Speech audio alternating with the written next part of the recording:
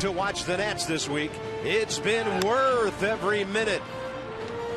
Last night, Tanner Roark kept the Giants off balance. Ryan Zimmerman made the play of the game in a 6-2 win. Today, they look to finish a sweep and build on a one-game lead in the East.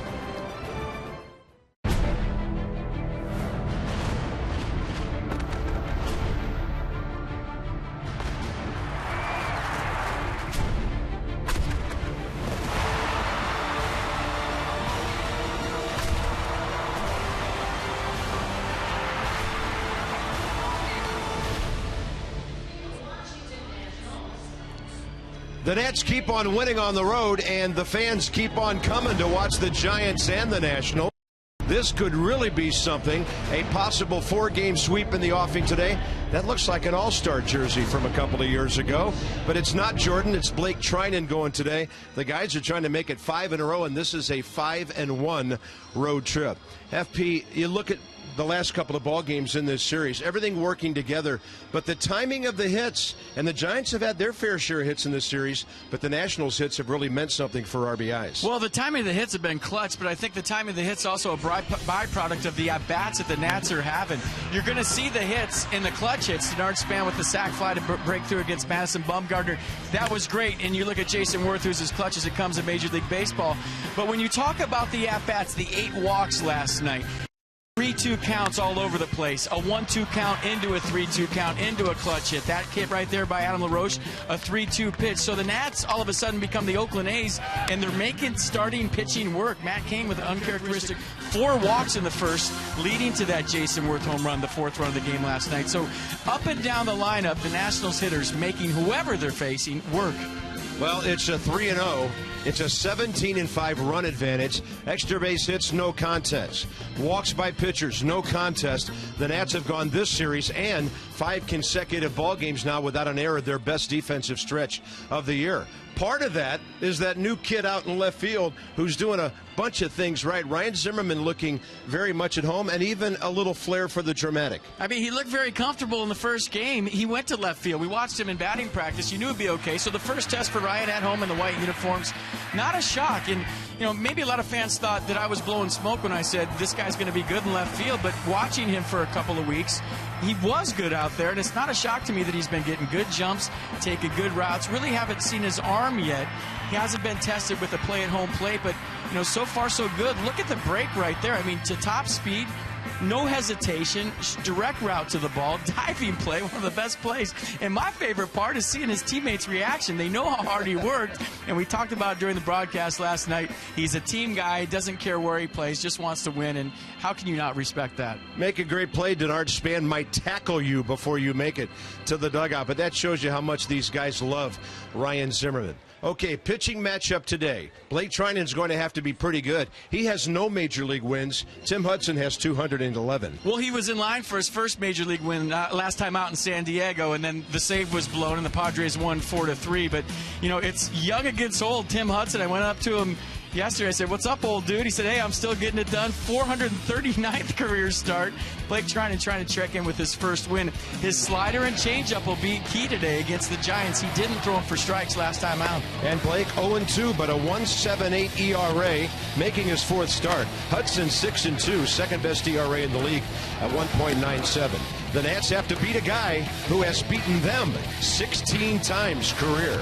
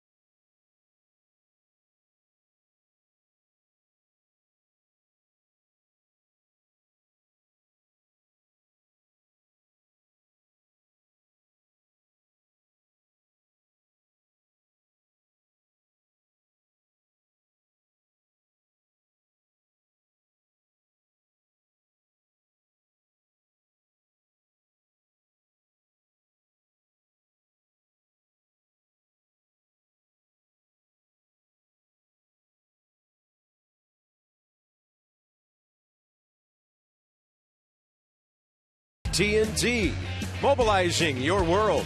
By Navy Federal Credit Union, 4 million members, 4 million stories. Navy Federal Credit Union. And by Ocean City, Maryland. Put your vacation days to good use in Ocean City. Book now at ococean.com.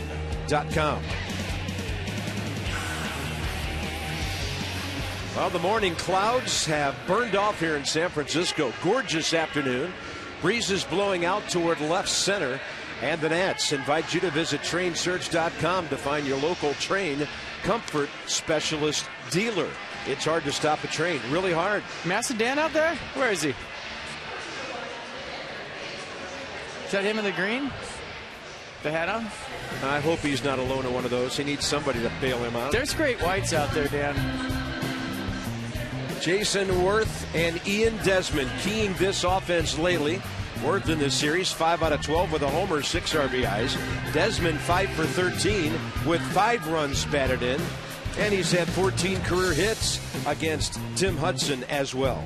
Hudson, 30th start against the Nats. 16-5 with a 2.45 ERA.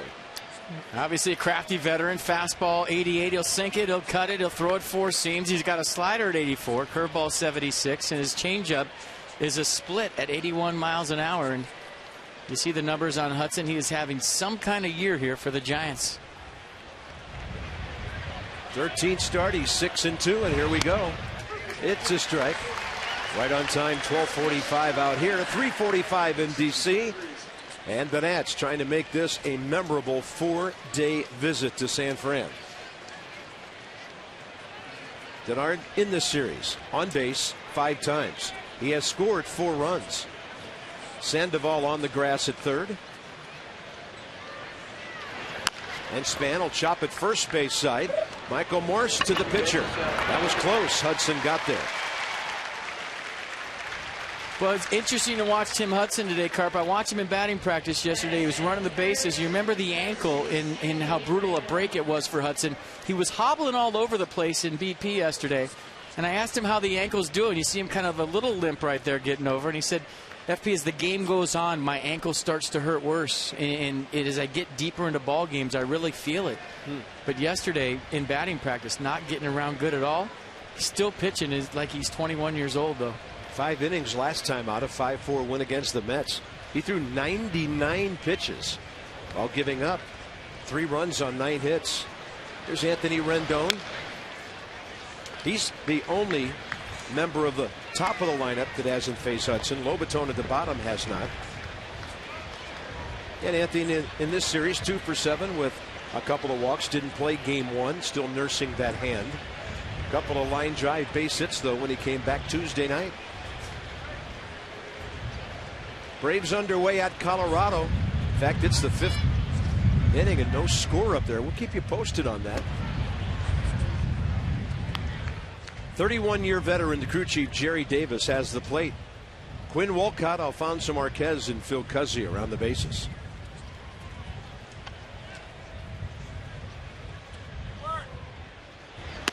That's a slider just outside. 2-1. Good take. Well, if you remember in the past when the Nats have had success against Tim Hudson, it's been the first inning.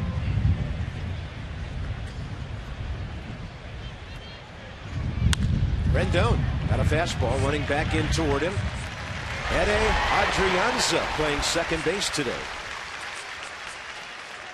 Jason Worth, 5 hits, a walk, 6 RBIs in this series. It's prime time right there. Loves hitting third, loves the big stage, and he's proved that every single game here against the Giants.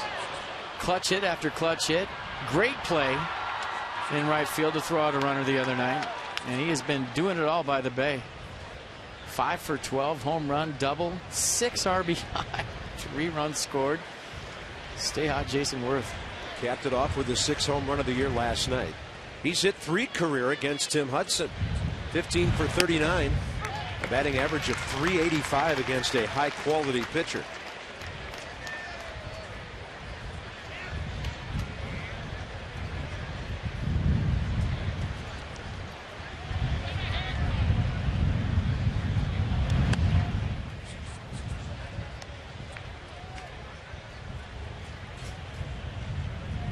He has also walked 4 times against him.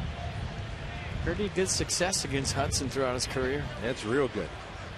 11 RBIs against this guy. And a 1-1. Worth. That's a curveball. A little slower than that slide piece. And set the defense for the Giants behind Tim Hudson. Colvin, Pagan, Pence the outfield. Crawford, Sandoval left side. Adrianza Morse right side. And Buster Posey. Day game after a night game behind the plate. That's what happens when you lose the first 3. Got to go with your troops.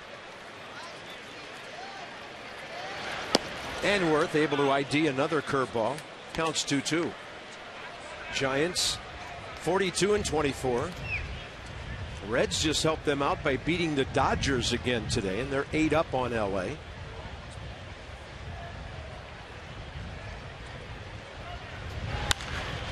And Jason will reach and bump that one out of play. The Nats a game up on Atlanta, game and a half on Miami. Trying to make it 5 in a row, and 11 of 13.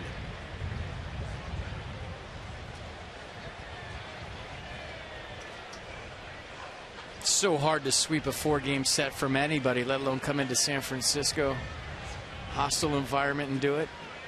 But when you're playing as well as the Nats are right now, why not? Target up and in, and a fastball in there. Worth deep to center, but Pagan right at the edge of the tack in front of the 399 mark. 2 ground balls and a fly ball. 12 pitches for Tim Hudson. 1, 2, 3.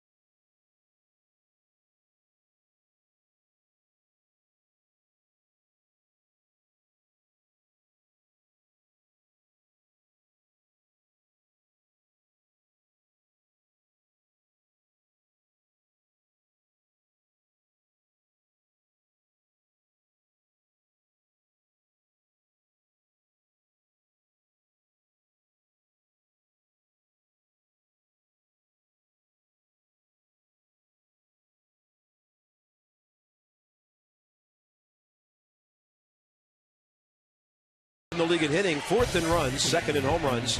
Nats have held their offense down. Brandon Crawford's their hitting star in this series. 4 hits, 2 RBIs. He's on a 7-game hitting streak, but he's really the only guy who's done any RBI damage to speak of for the Giants in so far the 3 games of this series. First game against San Fran for Blake Trinan, making his 4th big league start. Still looking for his first big league win. He was in line for it last time out. Lost 4-3 to the Padres. Rafael Soriano blew the save. But his fastball is averaging 95 miles an hour. Slider 84, changeup 85. We talk about it every time at a Blake trying to start. The slider and changeup still a work in progress. Last time out, those secondary pitches weren't as sharp as the previous start, but the fastball was 95 to 98. Angel Pagan in this series, 1 for 10, strike 1. Batting at .313, 6th highest in the league.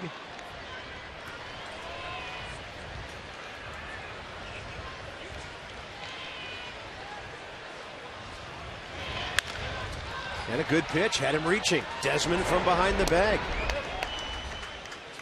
Well, good sign right there. Blake Trinan sinker sinking. You're going to get a lot of ground balls. Zimmerman, Span, Worth your outfield. Desmond, Rendon. Kevin Franzen getting the start for Danny Espinosa today. He has the day off. Adam LaRoche at first, and Jose Lobaton. Back-to-back games. Hey, Blake Trinan, knock yourself out. you've started against Clayton Kershaw, Edinson Volquez, and Andrew Cashner. And today we're going to give you Tim Hudson. Nobody said it was going to be easy when he got called up. It's big leagues. Low and away, Hunter Pence hitting .286. And the Nats have held him to 2 hits in 11 at-bats.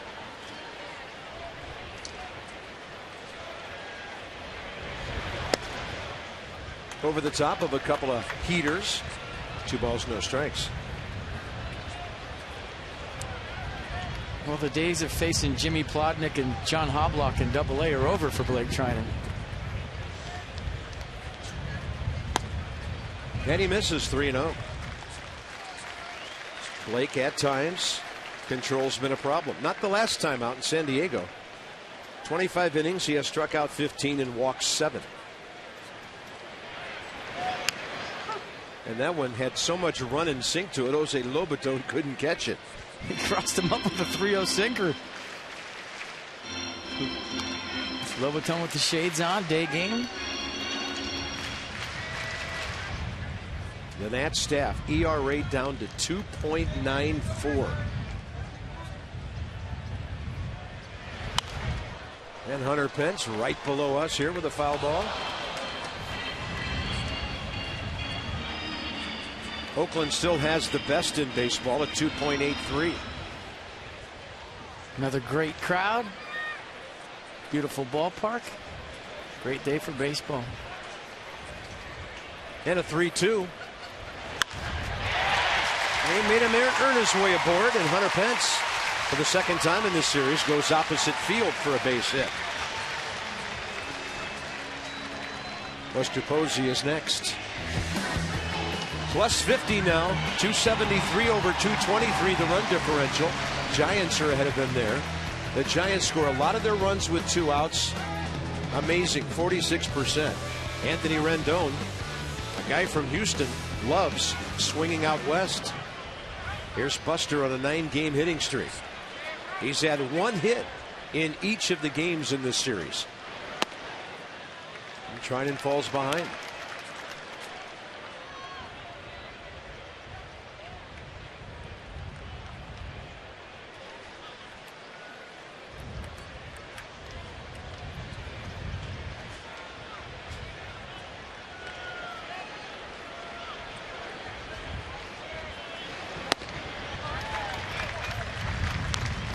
Interesting where Jose Lobaton's setting up. He's setting up away, and obviously that's where he wants the pitch, but the sinker's sinking so much.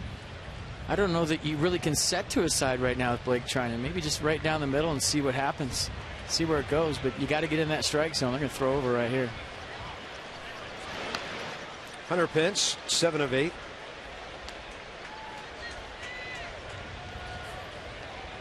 And his first big league start against the Dodgers was with Jose Lobaton. But it's been a while since they've worked together. He fell behind Pence. 2-0 to Posey. And 95 right in there. That's an easy looking 95 too. Wow. Hitters wouldn't agree with that. From up here, well, effortless. You make a good point. Guys like Curt Schilling were like that. They didn't have the big arm speed. They didn't jump at you. They lulled you to sleep with their delivery, and the ball hopped on you.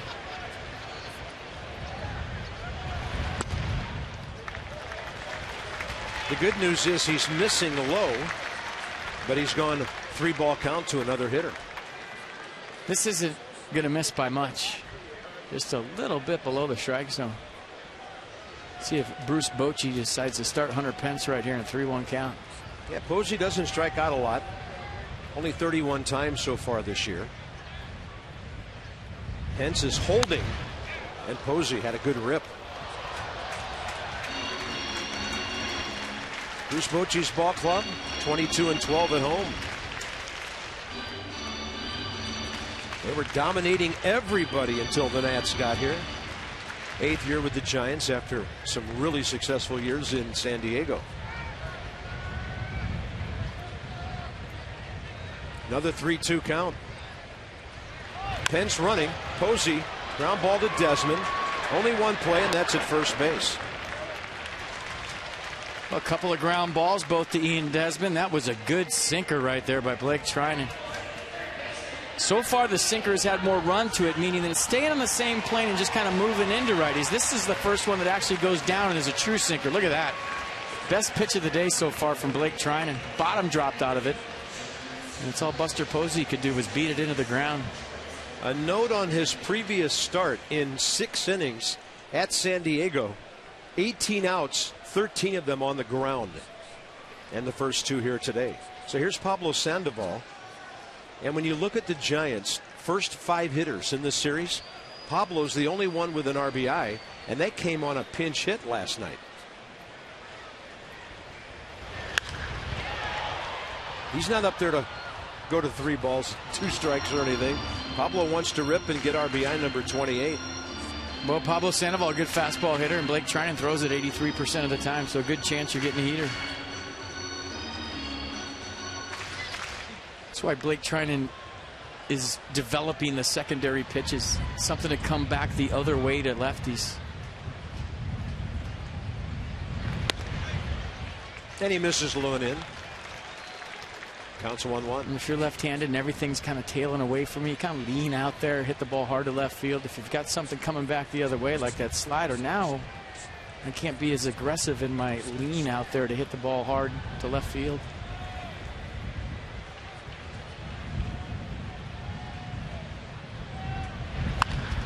And this one right at Kevin Franzen from the grass. What else is new? 3 ground ball outs for Blake Trinan. Adam LaRoche coming up. Good series for him. Then Zimmerman. Then Desmond.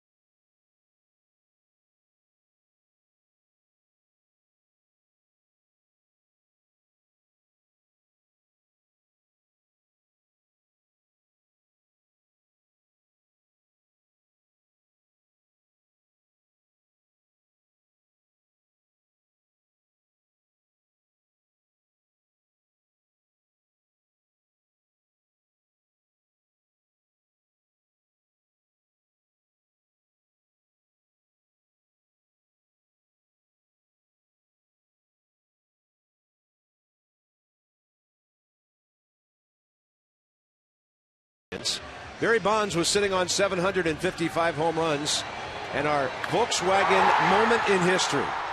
Mike Bassick, the Nats lefty from Texas, he laid one in there, and Barry Bonds laid one out there. I was at the ballpark that night. I was actually massing Dan for the Giants. I was out in right center field. The ball almost came to me. And maybe the loudest, or close to the loudest, I've ever heard AT&T Park. If you'd have caught that ball, you wouldn't have needed that job. Well, that was the deal. Larry Baer, the head of the Giants, wanted me out there with a glove to catch it while I was doing in-game reporting. So I said they had a makeshift stage out in right center field, an ESPN stage that they never used. I don't know if you remember it, Carp, but you guys were in town. It looked like an oil rig out there. Yeah. Above Levi's Landing. Yeah, so we were wondering who those fools were out there. So I sat up there every night trying to catch 756. By the way, do you remember who won the game that night? I think the Nats did. You are correct, sir. It was a perfect night. We got to see history, and the Nats won the game. It's one of the only games I've ever seen where the outcome of the game was irrelevant. Yeah, it became irrelevant. I think my favorite moment, though, along with the crowd and all that, was when Henry Aaron came on the video board and in a very classy way congratulated Barry Bonds.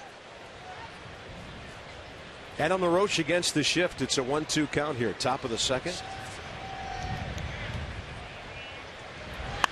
And LaRoche on a pitch up and in. Skies it to right center. Carrying. And that ball ends up less than 5 feet from the wall. And that's 400 plus out there. Ryan Zimmerman coming in. Masson Dan has more. Guys, talking to a bunch of players and coaches in the clubhouse last night about Zimmerman's play in left field, and Jason Wirth had some really interesting thoughts. He said it's remarkable to see Zimmerman change positions midseason and look so natural out there. Wirth said countless times in his career he's heard someone who doesn't necessarily have a true position say, oh, I'll just go to the outfield, assuming it'll be easy. And then Wirth says a few weeks later, a number of those guys were without a job. Nats coaches and players really are impressed with how hard Zimmerman has worked and how smooth he has looked in his transition to a new position in the outfield.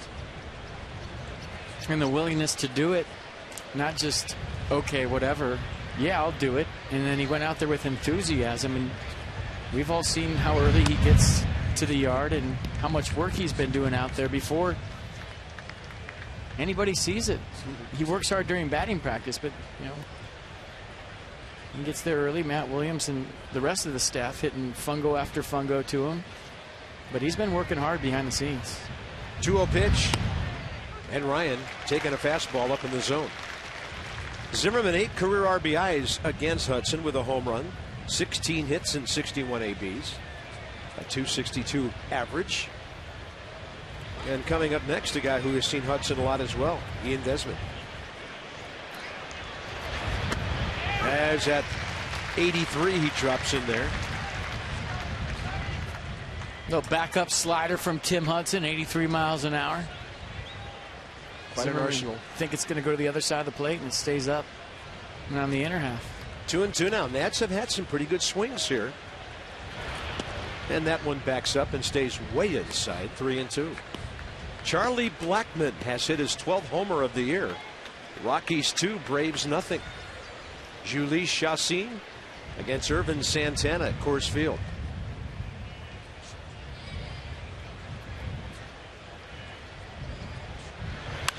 Zimmerman gets jammed.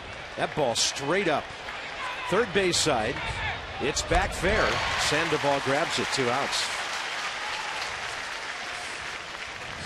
Well, Ryan left field last night in a big situation. 4-1 ball game, 2 outs. I already had 4-2 in my mind. Michael Morse on second base, and Ryan Zimmerman said, not so fast. Look out. Here comes Span. Keep this game at 4-1. You know, when you're going to do a chest bump with a guy, he should know it's coming, right? Yeah. That was a cheap shot by Span. Yeah. Here's Ian Desmond. Came from the blind side. No protection. Crushed him. Wow. That pitch really coming in high. Hudson's, a couple of his fastballs today have had that illusion of rising from our vantage point. The 2-0 pitch to Zimmerman was like that. What a good series for Ian. 5 RBIs, 5 hits. He's driven in 10 runs his last 8 games.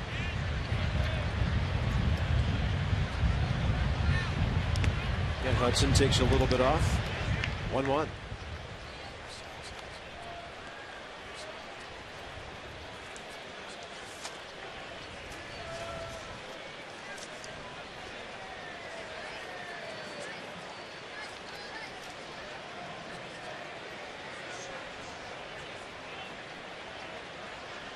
Target away. So that was the fastball. The changeup 80, fastball 90. Both looked about the same. Ian Desmond in the month of June has become a patient hitter. Who would have ever thought that?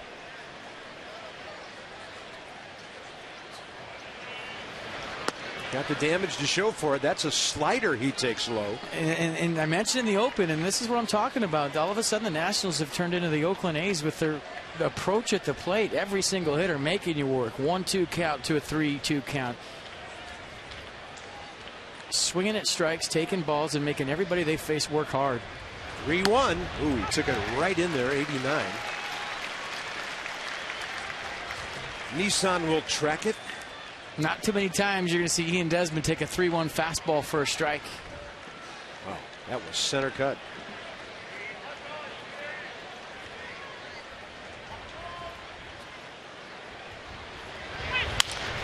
And that is lined off the glove of Brandon Crawford.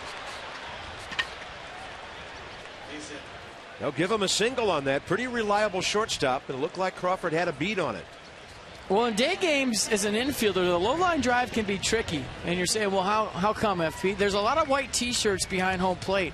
And the low line drive that just gets above the backstop, even if you have sunglasses on, has a tendency to blend with shirts. Been there, done that before. And it looked like Brandon Crawford just misjudged the speed of the ball based on the backdrop that the ball came out of. First hit of the day for the Nats, and there goes a no-hitter. Yeah, it only takes a few white T-shirts and that ball to come right out of one or two of them sitting together. Kevin Franzen goes up swinging. Kevin a base hit. Productive ground ball on Monday night. It helped the Nats get a run. He moved Span from second to third before a Worth double. Hasn't had an at bat since that series opener. And Kevin making his 23rd start of the season. He is 5 for 10 career against Hudson. That got him in the lineup today. He'll pull that one to Pablo Sandoval. Looks the short way on a 5-4. The top of the second is over. The Nats get a base hit, no score in the middle of the second.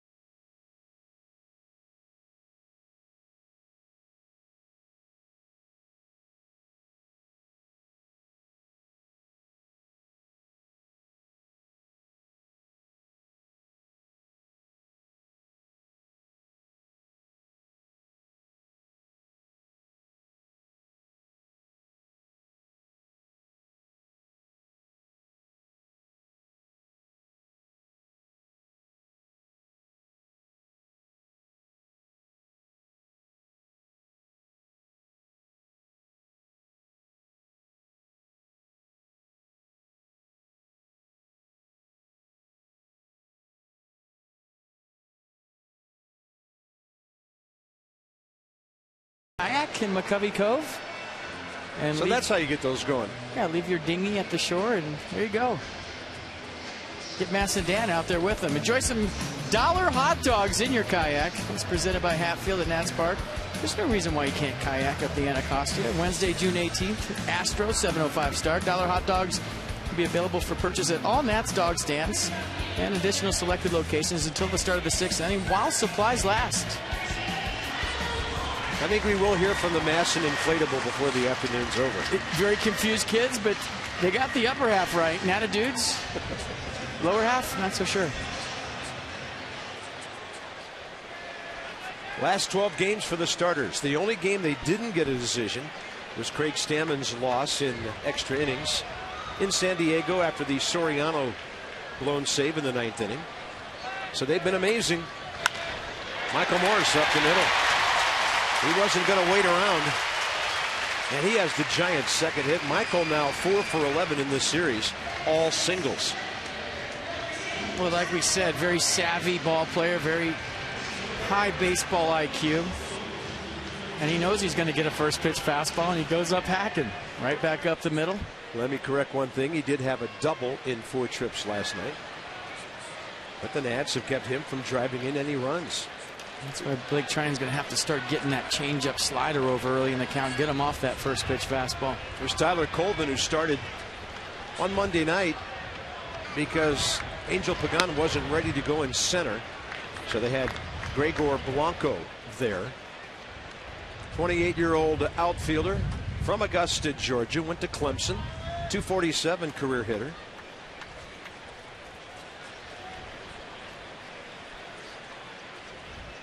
Short lead at first by Michael, and that chopper foul.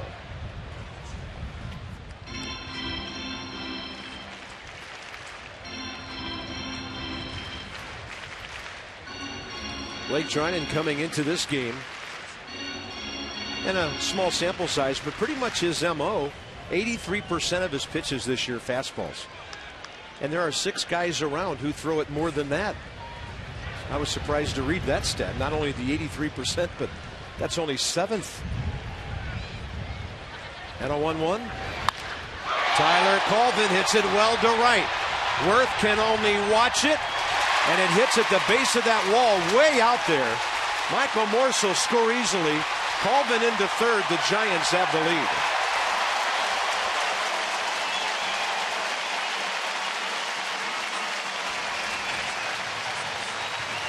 Well, if you're going to throw a lot of fastballs, they have to be down the zone. They have to have that Blake Treinen type swing sink. This one doesn't. It's right in the swing of Colvin, and I am shocked that this ball stayed in the yard. He got every bit of it. So the ball not carrying here in the daytime at AT&T. Colvin will take the triple, and the Giants will take a 1-0 lead. First time they've led in this series. Well, they've scored a total of 5 runs in the first 3 games. Game 4, they're on the board early, 1-0. And Nats have been all over their starters early in games. Now a runner at third, nobody out, infield back. All Brandon Crawford has to do is hit a ball farther than the pitcher's mound. Fastball up and away. Might have been the changeup right there at 84. He's trying to feather in some off speed to get him off the fastball.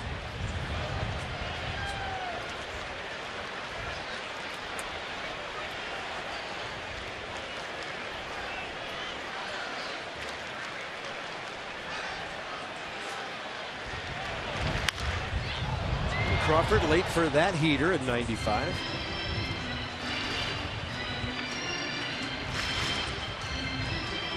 Matt Williams showing a lot of confidence in his offense. Playing it the way you should in the second inning, infield back. And not everybody would do that against Tim Hudson, would they? Is it still early, though? But it's still early, and if you bring your infield in, you're creating holes, and you may be creating a large inning, especially with a ground ball pitcher. Well, there's the RBI. And that might have been a base hit if the infield was in. 2-0 San Francisco. Brandon Crawford, 35th. Run batted in.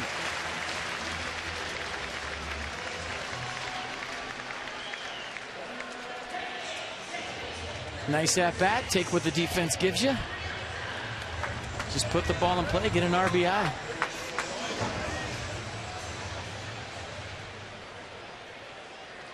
Ede Andrianza, 24-year-old switch hitting infielder from Venezuela, batting 8th. He is 1 for 1 in the series. He's come in for defense a time or two. And had a single up the middle in the 8th inning against Ross Detweiler Monday night. Trying to turn that one over nicely. LaRoche waiting for the ball to come to him and a step to the bag. 2 outs. So 5 ground ball outs now. Pretty obvious with Blake. He gets outs when he keeps it down. All right, folks, tweet your photo right now. Using hashtag Masson Fan Photos for a chance to have it shown in a future broadcast. We'll show one today later. That's brought to you by AT&T.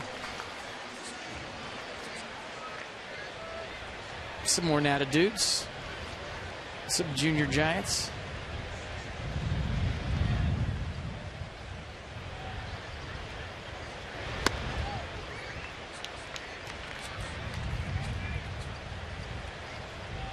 Career 166, 3 homers, 40 RBI.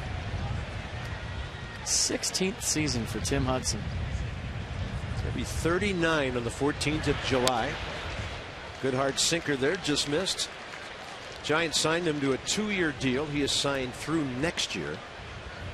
Only made 21 starts for the Braves last year. FP talked about that gruesome injury he suffered. And a bouncer that will turn left and go foul. So much for little guys can't last on the mound, huh? They're not durable. 6'1", 174 they list him. Reminiscent of Roy Oswalt, who had a nice career. Yeah. Drop and drive guys who really get a lot out of their legs.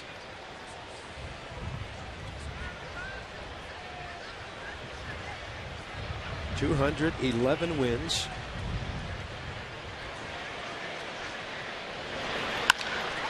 And a hot shot. One hop Ian Desmond to the backhand side. Trinan battles back with 3 ground balls after the single and the triple. But the Giants lead for the first time at home this week.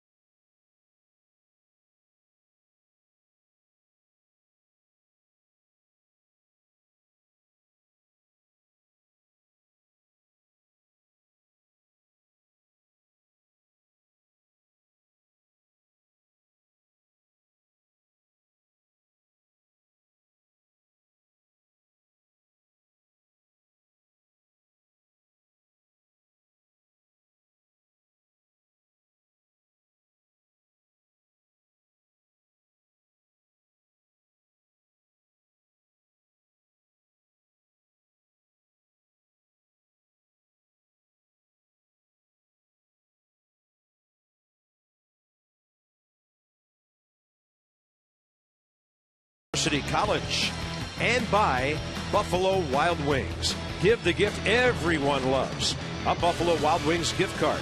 The perfect gift for dads and grads. Buffalo Wild Wings.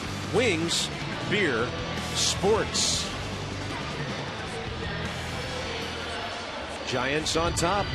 First time in this series. Inside the numbers with Jeep with Lobatone, Trinan, and Span coming up. And since the 30th of May, the date we selected, the Nats have the best record in baseball.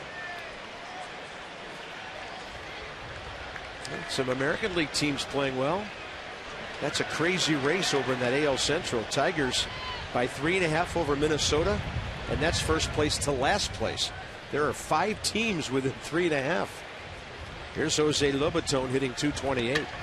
First career AB against Tim Hudson.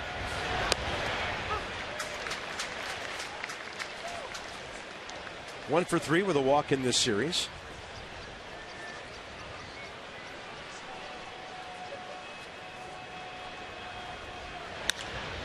And Tim Hudson right there. Gets rid of it in a hurry. 1 out. And how about Tanner Roark last night? Getting the job done once again. You're wondering how he would fare coming off the 8 shutout innings against the Padres, giving up just 3 hits, striking out 11, and he was great. Did a good job with the bat, too. Fielded his position well, and 6 innings, gave up just 2 runs last night. Tanner Roark doing his thing. Blake Trinan 1 for 7 with the bat as a big leaguer.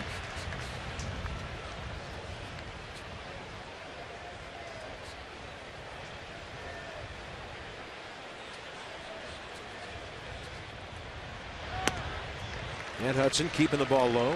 90 on the fastball, running. And 0-2 in a hurry.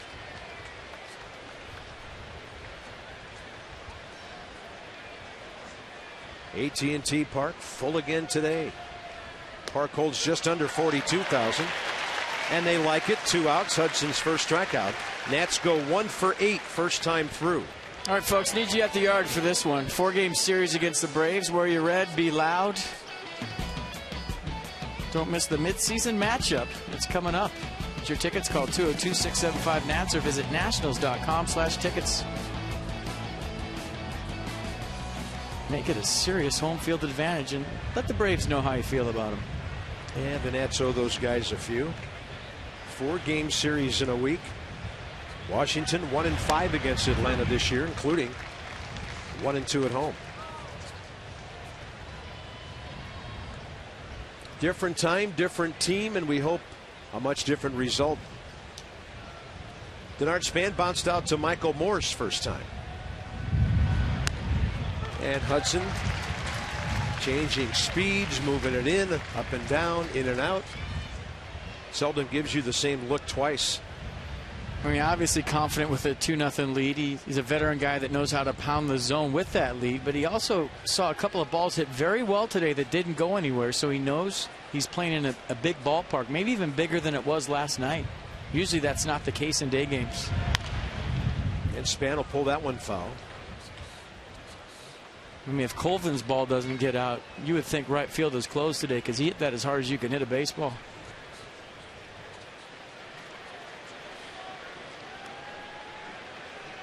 "12 pitches, 8 strikes first, 18 pitches, 11 strikes second inning."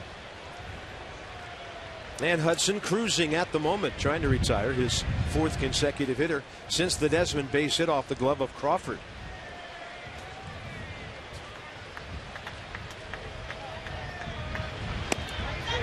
Right on the corner.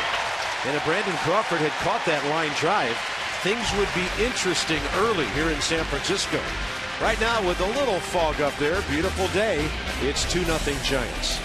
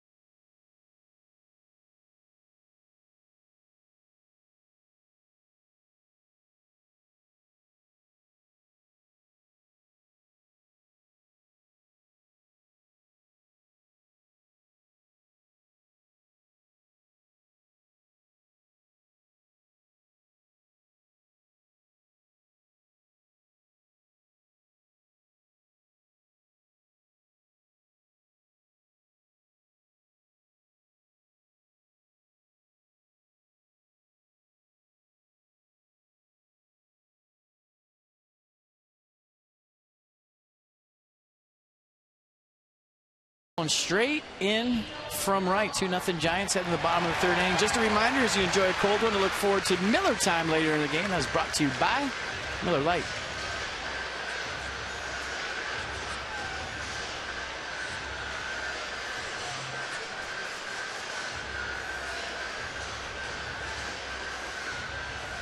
Blake Treinen first 2 innings, 30 pitches, 20 strikes, 2 runs on 2 hits, 6 ground ball outs.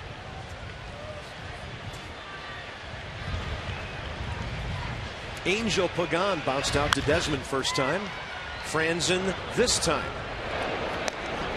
And Angel Pagan's 1 for 12. He's one of the hottest hitters in the league coming into this series, but that knee has slowed him down some. Pence and Posey, the next 2. It might have been a first pitch slider from Blake Treinen, and he left it up out over the plate, and Pagan missed it, and he knows it. Slider didn't do much from Treinen last start, and he really hasn't thrown a good one yet today.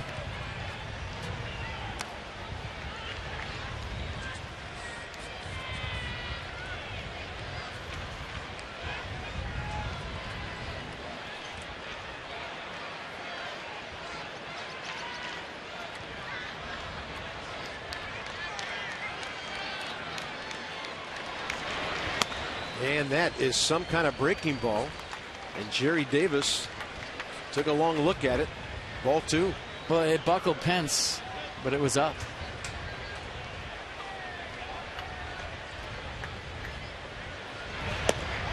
Then he holds on too long, 3-0.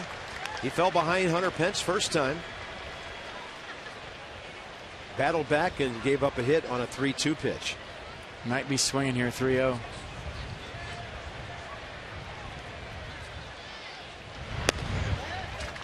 A rare walk by a Nats starter.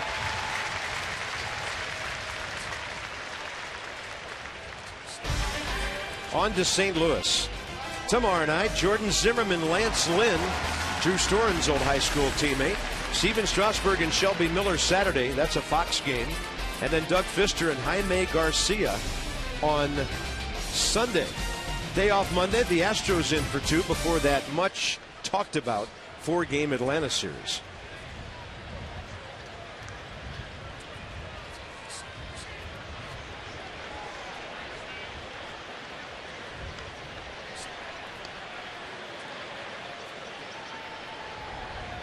Blake Trein will take that same ground out to shortstop that Buster Posey featured in the first inning right here.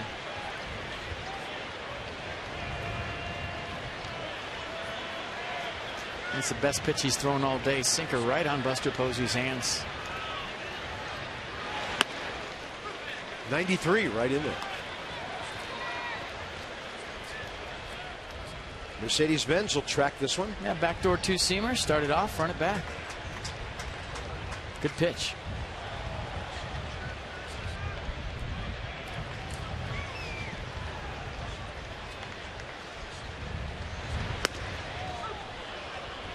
That was his best off speed of the day, 82. More of a power curveball in the sliders. You watch it, you know, it's kind of in between. Doesn't have a lot of sweep to it, more straight down, but well, now you establish it in the zone, you go from there. Couple more of those and the Giants have to respect it. Posey bounced out to Desmond first time. Then started, then stopped. And that's a check swing. And it stayed foul. But the reason it was a check swing is a previous power curveball, and that's what I'm going to call it, was a strike. So Posey sees the same rotation. He knows that he just threw it for a strike, and then by the time he realizes it's out of the zone, he can't hold up. That's what just throwing one of those for a strike will do for you.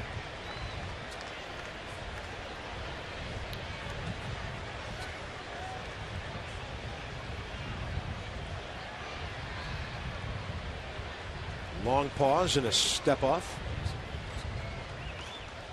Well, you talked about the 0-2 pitch at times. Good to run on. There might be an off-speed pitch. There might be one in the dirt. Yeah, like 1-2 better than 0-2. That's usually more of an off-speed count. Sometimes pitchers will throw an 0-2 fastball up, and that's a good pitch to throw on if you're a catcher. He goes with the heater there. And Buster Posey fouled it straight back.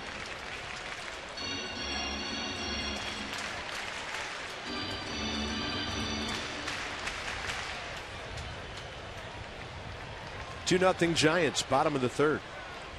They've had base runners in every inning. Hunter Pence twice. And he always looks antsy when he takes a leadoff. He looks antsy when he gets out of bed in the morning. He's running. Posey, a high drive to left center. The wind's been blowing that way. And Denard Span will go back and one-handed. Yahoo! 2 outs. He had some kind of ground to cover on that one.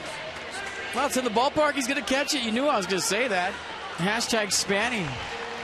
Went a long way for this one and had some carry to it. We just showed you the wind is blowing from right field across to left field, so maybe aided this ball in the distance. Definitely took it away from Denard Span toward left field. But for number 2, who's always ready for anything out there, not a problem. Nice play. Pablo Sandoval next with 2 outs.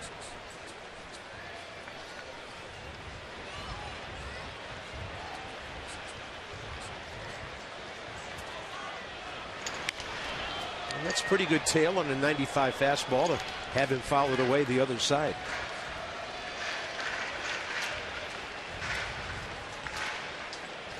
You talk about what a difference it is having Denard Span in center field for whoever's pitching. How about Ryan Zimmerman?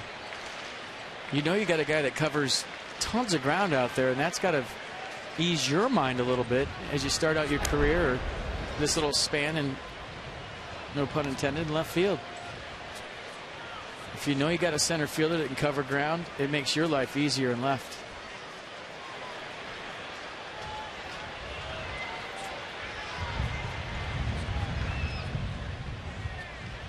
Shorter lead by Pence right now. And a snap throw down there. LaRoche had to reach into foul territory. And so Jose Lobaton snapped it down there. Well, that one might have picked off Adam LaRoche too. Watch how casual he is. I'm going to throw back the pitcher. No, I'm going to pick off to first. Trying to lull Hunter Pence to sleep, and he might have picked off Adam LaRoche too. You see the late reaction by the Nats first baseman.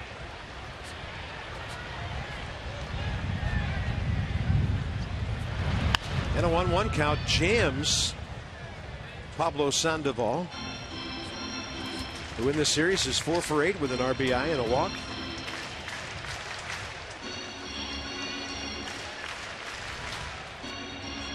By the way, that ball caught by Span. First time the Giants have made an out on anything other than a grounder. And Posey hit it a ton.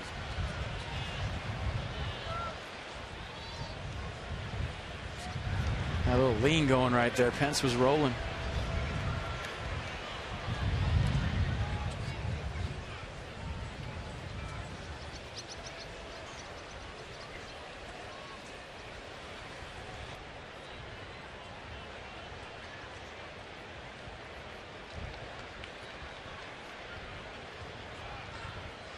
And a 1-2, and it's grounded slowly to Kevin Franzen.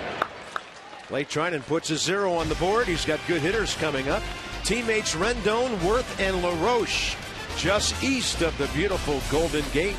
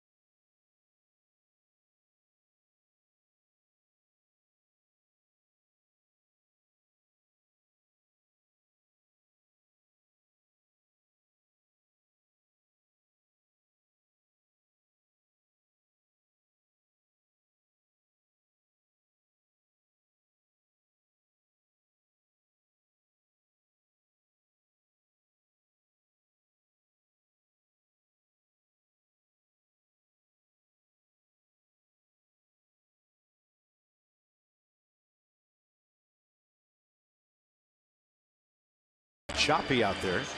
And we're going to the top of the fourth with PNC Bank, our minor league report for the Achiever and you. And with Syracuse, our buddy Sandy Leon is back, 26-year-old switch hitting catcher from Venezuela. Hit his first major league home run in that crazy series at Miami when Zach Walters did the same thing.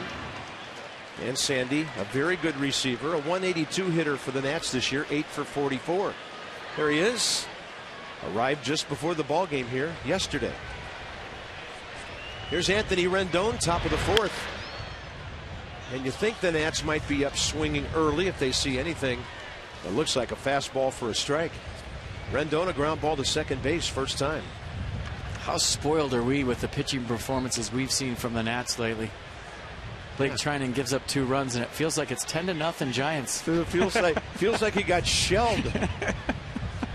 It's true. Rendon, slow roller, left side, Pablo Sandoval. Pretty solid defensively, and here's Mass and Dan with more. Guys, Matt Williams knows that Tim Hudson's pretty tough on the mound, but he doesn't just know it from watching him in the dugout today and in the third base coach's box when he was with the Diamondbacks the last few years. In 1999, Williams was a player with the Diamondbacks, and Hudson was a rookie with the A's, and they squared off. Matt Williams went 0 for 3 with 2 strikeouts against Hudson that day. Matt's PR guy, John Dever, had a good line to Williams today. He said, "Don't be tempted to pinch hit yourself today," against Hudson on the mound. Yeah, a rookie who went 11-2 in 21 starts that year. Actually faced him the same year when I was with the Giants. He was with the A's. It was the Bay Bridge Series interleague play, and all the talk was about this kid from the A's that had a nasty split and threw 95.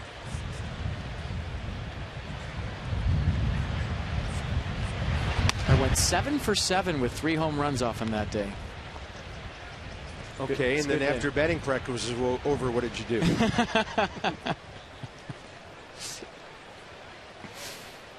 He's a great teammate. Played with him in Oakland and talked about him many times on the broadcast. Gamer. Well, we know that from his days with the Braves, 05 through last year. Won 16 games 3 times. He went 17-9 in 2010.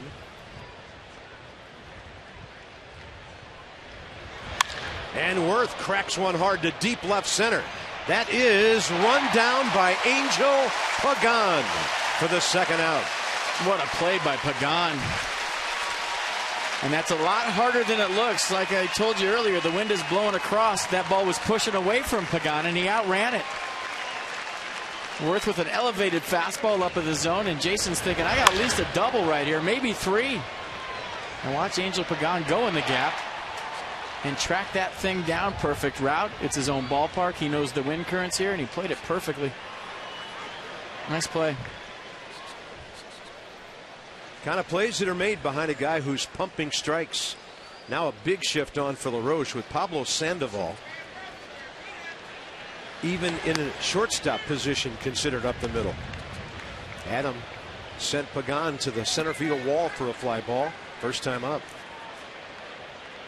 That's 6 straight for Hudson since the Desmond base hit. Going back to that game when the Giants played the young Tim Hudson, my first at bat, we got his pitches. He was tipping his split. He was so young at the time that his glove was fanning wide open when he reached in for the split. So we had his pitches for about 4 innings that day. And he kept looking in like, how are you guys laying off this? Nobody else has. And LaRoche will drop one in front of Angel Pagan. So hit the daylights out of the ball. It gets caught, and then one off the end of the bat, and it drops right in. The Nats have their second hit. Obviously something he doesn't do anymore. 16th year in the big leagues. He figured that out quick, and the rest, as they say, is history. Nice swing right there by Adam LaRoche. That'll bring in Ryan Zimmerman, suddenly representing the tying run.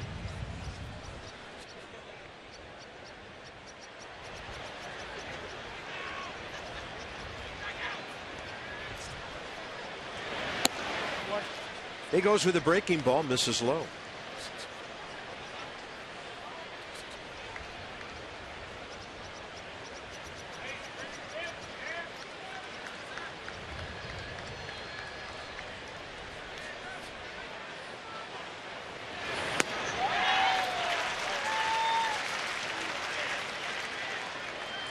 Rockies have added another run. They're batting bottom 7, leading the Braves 3-0. Hudson trying for another quick inning.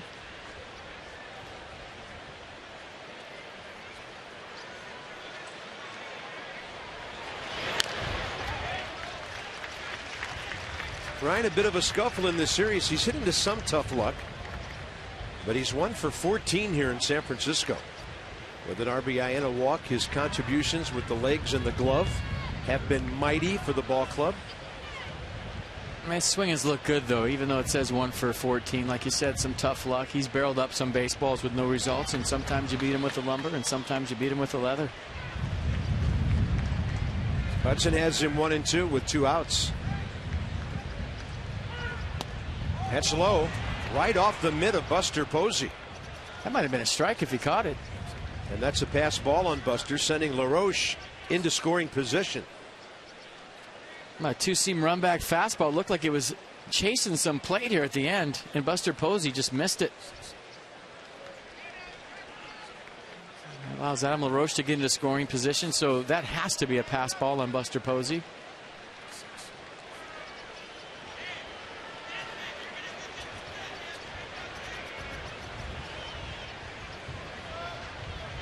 On a pitch up, Zimmerman able to get out there and chop it to stay alive.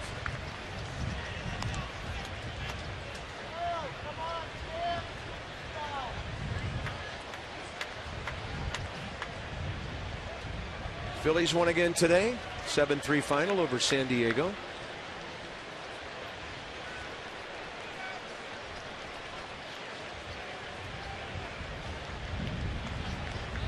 Mets are playing tonight. The Marlins are off.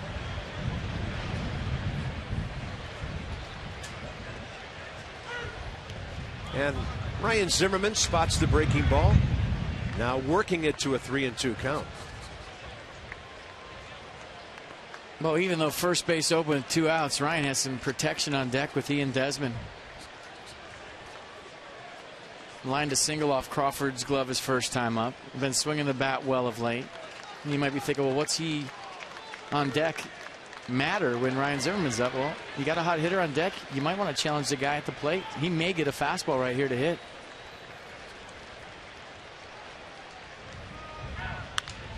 And Zimmerman goes to right center.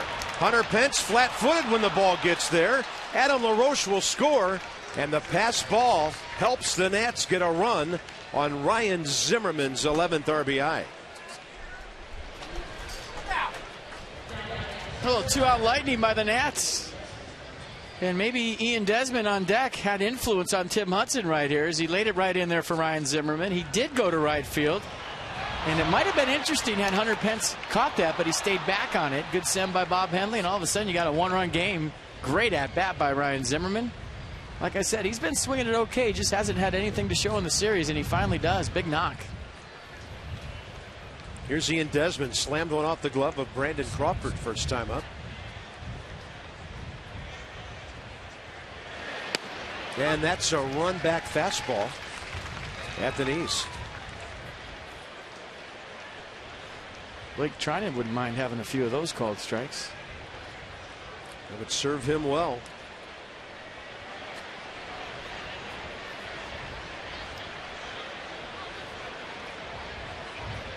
Target in. Way in. 1 ball, 1 strike.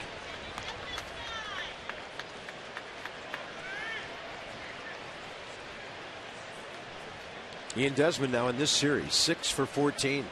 He's 11 for his last 32 in 9 games.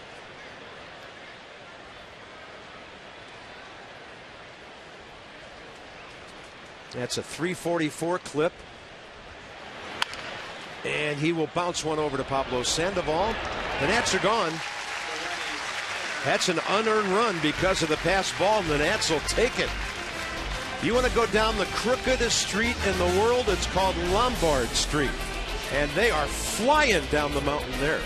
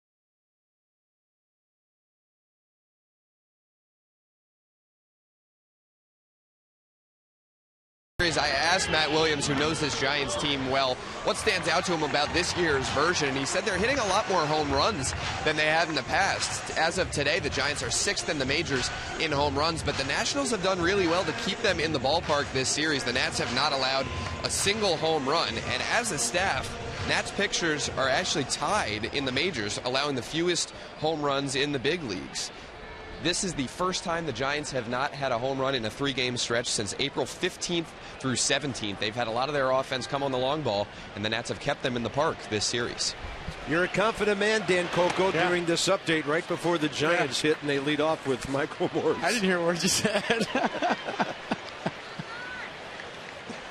Well, as Dan moves through his years in the big leagues, he'll learn to do these before the Nats are hitting. Well, that's like Ryan Samberg having a team meeting with his rookie pitcher going for him right after he had the meeting. Davey Johnson always had a team meeting with his ace going. Yeah. Well, it's a point well taken, because Dan said 6 in the big leagues, and how about 2nd in the National League? 69 home runs to the 83 of Colorado.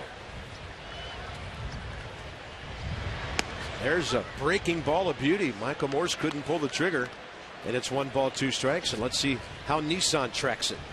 Well, he's in the strike zone with the off speed, and that's a good sign. Then he goes outside with 96, and the count's even 2-2.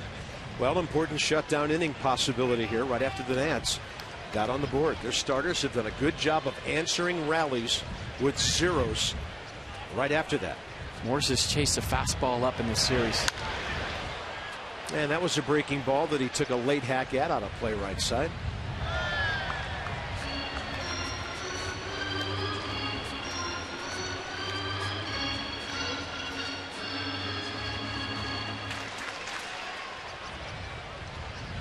Two-1 ball game, bottom of the 4th. Treinen first 3 innings, 44 pitches, 29 strikes, and 8 of 9 ground ball outs. Michael Morse takes him up the middle again.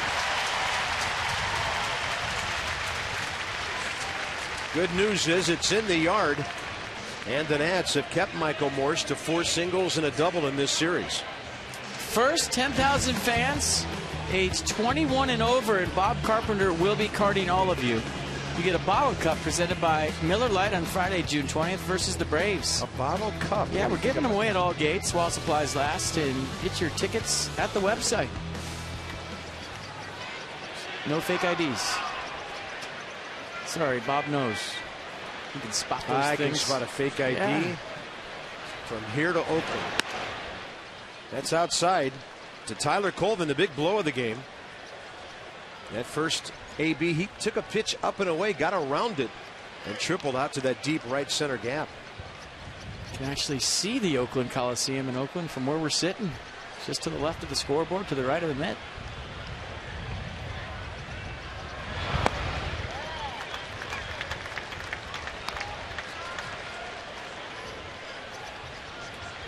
H just came off that big series in Anaheim. They managed to salvage the last game of that. 3.5 game lead. There's the Coliseum. See the lights? Right there? Yeah.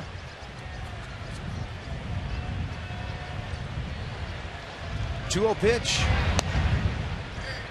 Close, but no.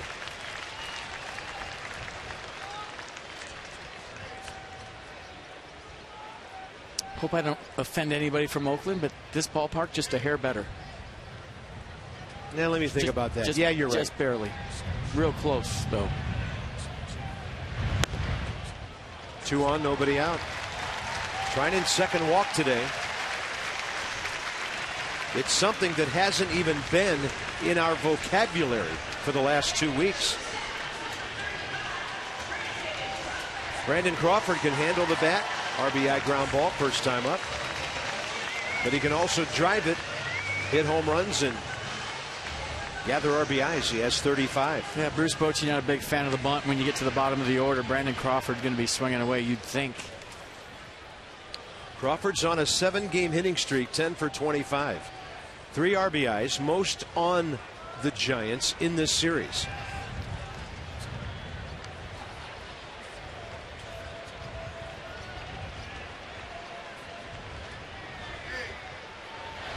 He's one of those guys a bit unheralded around the country as a shortstop, but the more you watch him play, the more you like him. Here comes Steve McCatty. You cannot afford walks when your teammates have suddenly gotten you back into the game. And Blake Trinan with a base hit and the walk here in the fourth.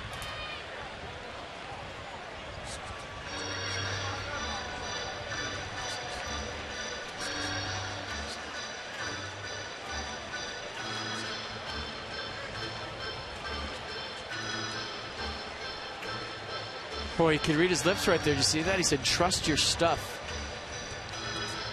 Yeah, don't be too fine. Your fastball moves all over the place. Probably telling him, hey, 1 pitch, 2 outs, runner on third, 2 outs. Let's go. You got 8 coming up, 9 after that. Get your defensive ground ball. Stay down the zone. That was great. Trust your stuff.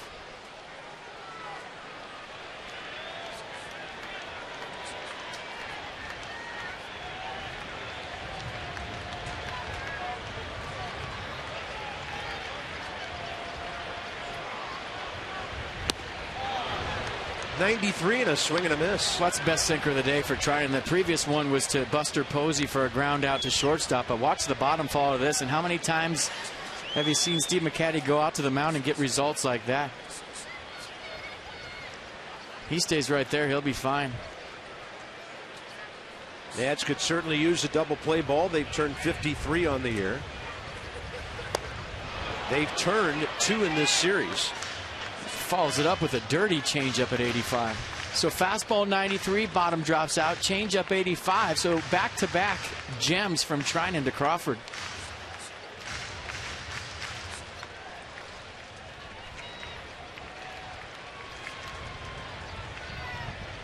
I'm talking about the other night how Steve McCatty is underrated in my mind, and just tell he goes out there. Good things usually happen. Lobaton keeps it close enough.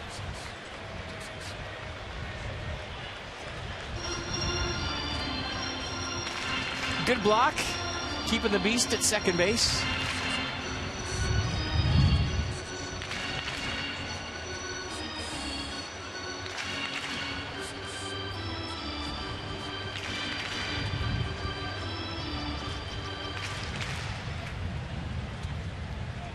Giants threatening. 2 in the second. Nats are running the fourth. Long start to this bottom of the fourth inning. Ball 3. That was 86.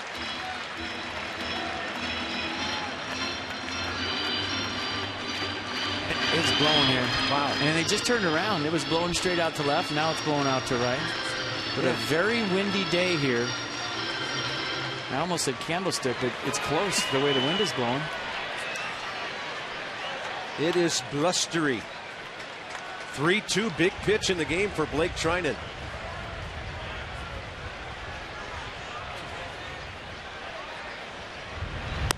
Not even close. Bases loaded. It should get some action up in the Nationals bullpen. Bullpen's fresh. Hasn't had to work that much. Craig Stammen, maybe. We'll see. Number 8 hitter, Ade Andrianza. The second baseman who bounced out to LaRoche first time, and then Tim Hudson. So this inning still workable. They're in at the corners.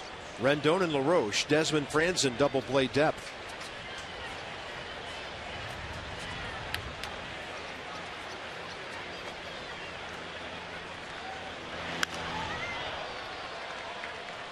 Number 8 hitter right after 2 walks. First pitch hacking. He's trying to repeat the mechanics and stay consistent.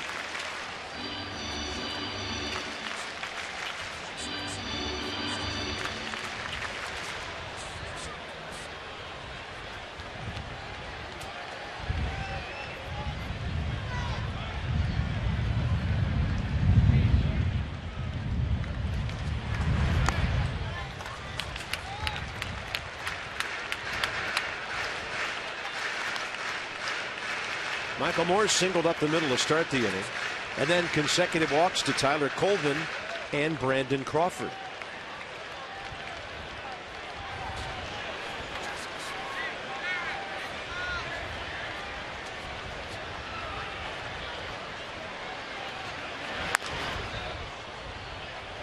Pretty good movement on that 86. I'm telling you, you can find a way to get out of this if you make a pitch. If you can strike Adrianza out, Tim Hudson on deck. It'd be interesting to see Bruce Bochy probably let him swing away. The bases loaded. Then you're one pitch away. So there's a chance to wiggle out a bases loaded, nobody out jam right here if you make a pitch. That was a breaking ball sitting up and in. And Adrianza just rode it straight back. Count stays 1-2 with nobody out here in the fourth.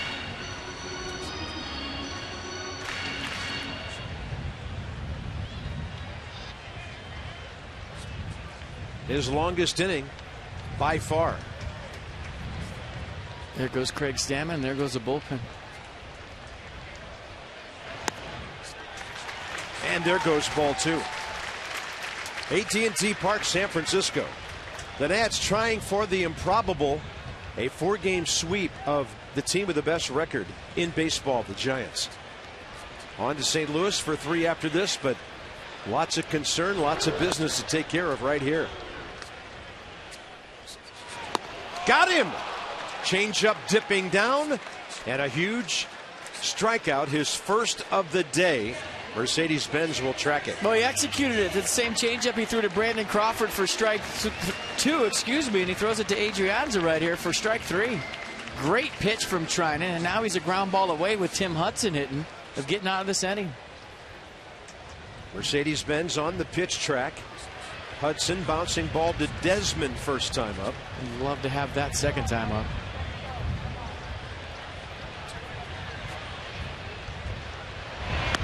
And a first pitch breaking ball for a strike.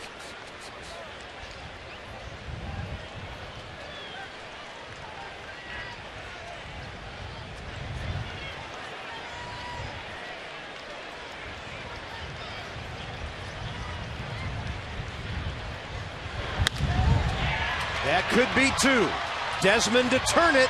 It's going to be a 4-6-3, and the bottom of the fourth is over. How about that? Blake Trinan wiggling out of a big-time jam for a rookie.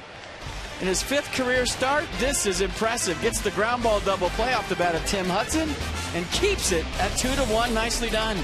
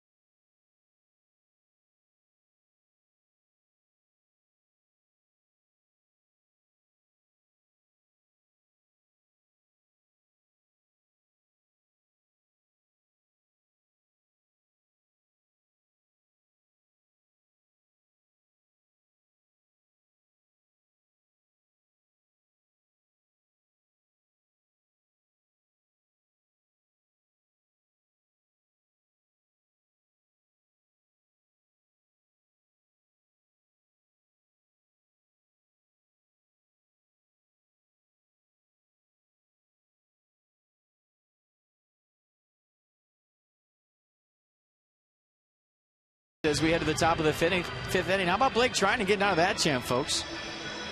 I mean, you knew if he could make a pitch to Adrianza, he had a chance with Tim Hudson coming up, and he did. Pitch of the day from Trinan. A changeup with split-like action, breaking off the table. And then he gets the 4-6-3 double play. Good feed from Franzen. Desmond takes his time and completes the double play. So bases loaded, nobody out. The Giants don't score. And this game stays 2-1. Blake Trinan with the fist pump, then he gets some high fives when he gets to the dugout, and that was mature stuff and a nice trick by Steve McCaddy. He says, that's what I'm talking about.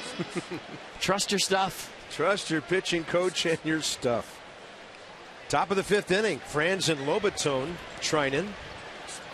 Tim Hudson, 58 pitches, 40 strikes. And the Nats touch him for an unearned run because of the passed ball last inning. And some 2-out RBI action by Ryan Zimmerman. Franzen, first pitch slider, couldn't reach it.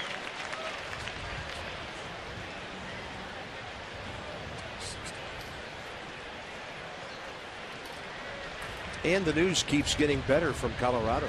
8-0 Rockies over the Braves. Top of the 8th. And Franzen will get around one and put it into left field. His second hit and 7 ABs in this series. First time today the Nats put a leadoff man on. We got one a little closer to him. You see where Buster Posey's setting up. He wanted it away and just left enough plate to that slider for Franzen to catch it out front. And Ropa leadoff single to left. 2-4-0 Giants, 1-4-0 Nats. And Jose Lobaton coming on. He bounced back to Hudson first time.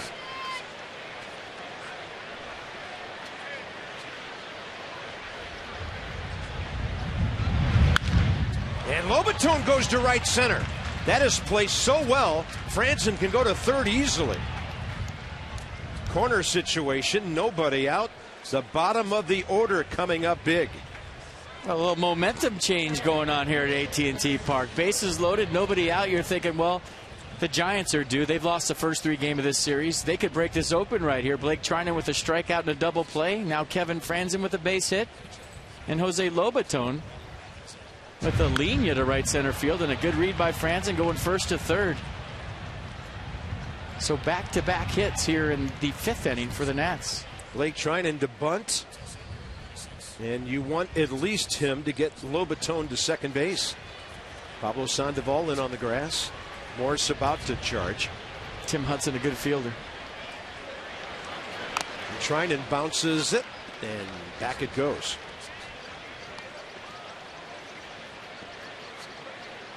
Well, usually I'd say bunt that to first base, but Morse was on top of Treinen. Hudson charged off the mound very hard, and the furthest person away was Pablo Sandoval at third. He stayed home.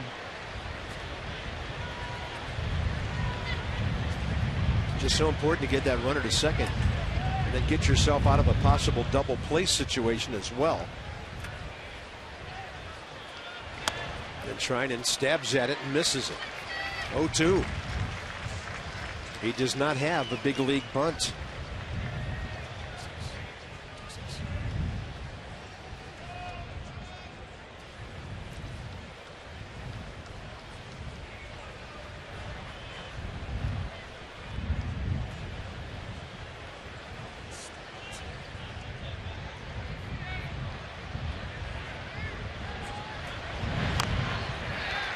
And that does not help.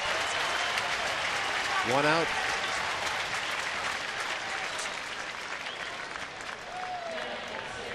Top of the order, Denard Span. He had a key sacrifice fly the other night. They'll try to at least tie the ball game here. That was a drive to left field in the 5th inning of a tight ball game on Tuesday. Probably looking for something elevated, thinking about going the other way.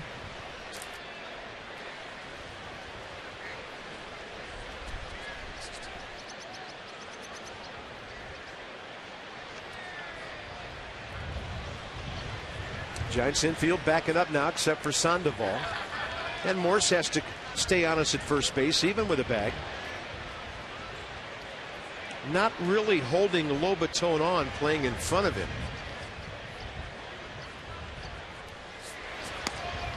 Hudson goes changeup and misses outside.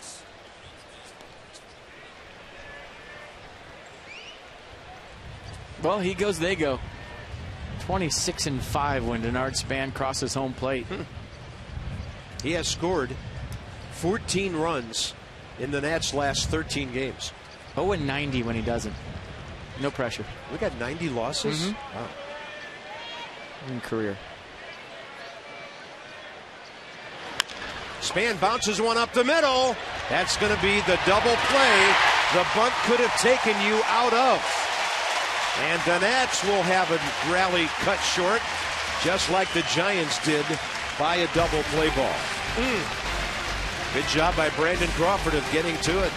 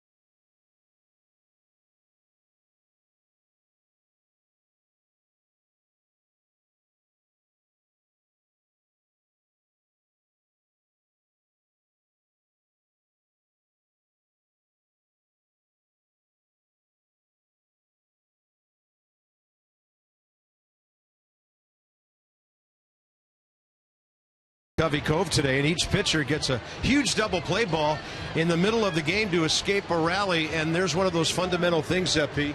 Talk about the little things. You get the bunt down, that's a run-scoring ground ball. And we talked about how spoiled we are with the pitchers on the mound. We're pretty spoiled, too, with how they've handled the bat at the plate. And right there, Blake Treinen had a chance to help himself out to get Jose Lobaton to second base. And like you said, avoid the double play. But a nice play by Brandon Crawford, and another well-played one-run game here. And it's kind of been the story of the series, minus the first game. Last night got out of control late, but this has been playoff-type baseball, and it's the little things against the good teams in October baseball that separate the two teams. Already making me eager to see the Giants come to D.C. later this season. First time we have seen them this year, and these two teams building a pretty good season series right here. Yeah, I mean, the Nats are playing as good as they can possibly play against the Giants in this ballpark, and they're just trying to keep it a close ball game and figure out Tim Hudson, but the way Blake Treinen wiggled out of that jam in the fourth inning was very impressive, and it, quite frankly, kept them in the baseball game. Stammen was getting loose, and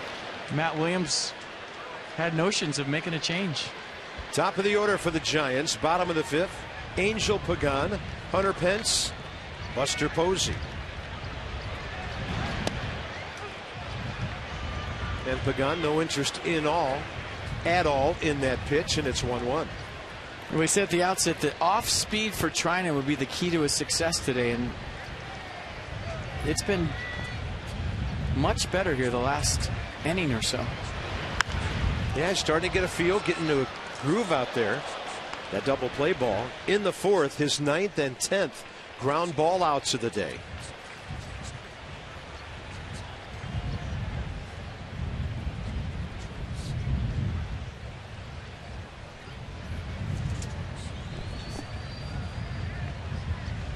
Angel Pagan, 2 ground balls, 1 to Desmond, 1 to Franzen. And a fastball over. That's actually a changeup got away from him, 83.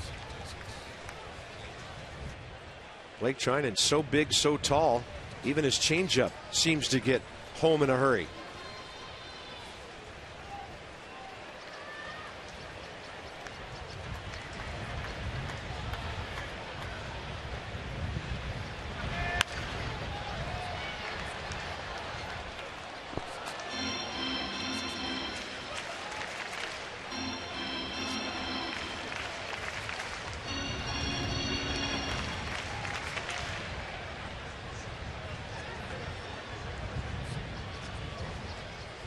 Two and two to the Giants leadoff man, who in the series is 1 for 12. And now 13. Run back action on the fastball. his second strikeout. That locked him up. Another good pitch from Blake Trinan for the strikeout. Started at Pagan, little run back to it, too close to take. And a big lead-off out here in the 5th for the Nats and Blake Trinan.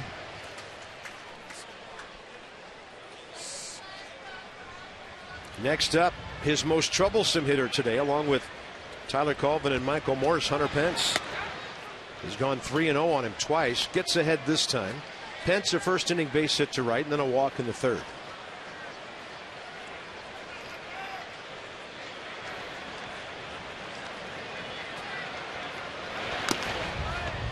.94 and a foul tip. Trusting his stuff.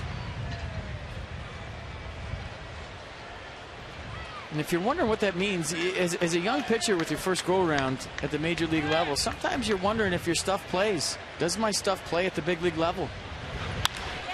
Well, he hung one on 0-2. That hurts. And even though Blake Trinan's had some success, it's still a work in progress to where you get that ultimate confidence no matter who I'm facing. My stuff plays at the big league level. And yeah, left it up right here for Hunter Pence, and he knew what to do with it. Base hit up the middle. There goes Craig Stammen again. Yeah. Gets the bullpen going again.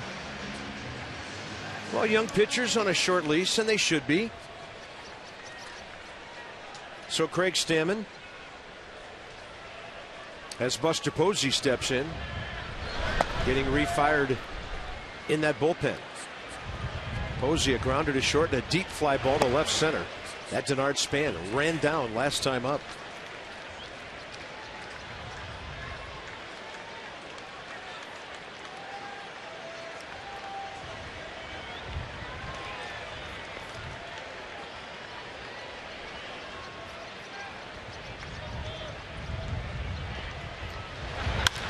Posey on a ball that hits the mound. Franzen to Desmond, and this inning is over. It's a double play fest at AT Park all of a sudden. Nifty glove flip right here from Kevin Franzen. Didn't take it out of his glove, just flips it to Ian Desmond for the fancy 4-6-3 double play. Stylish.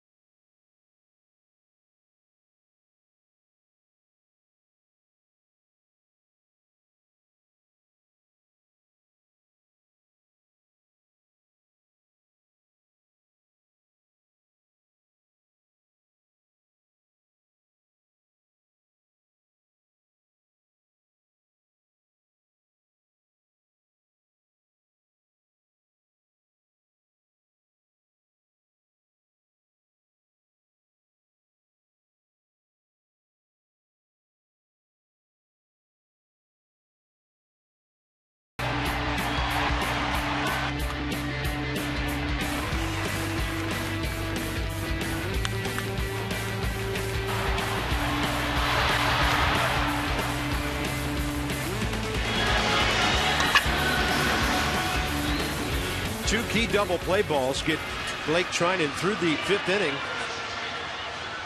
And he has 12 ground ball outs now of the 15 he's registered today.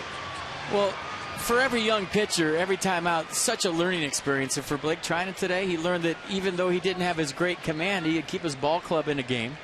Made big pitches when he had to against a really good offensive team. And if the Nats score a couple right here, he stands to get himself a win. He might be done as Stammen continues to throw. Here's Anthony Rendon, top of the 6th.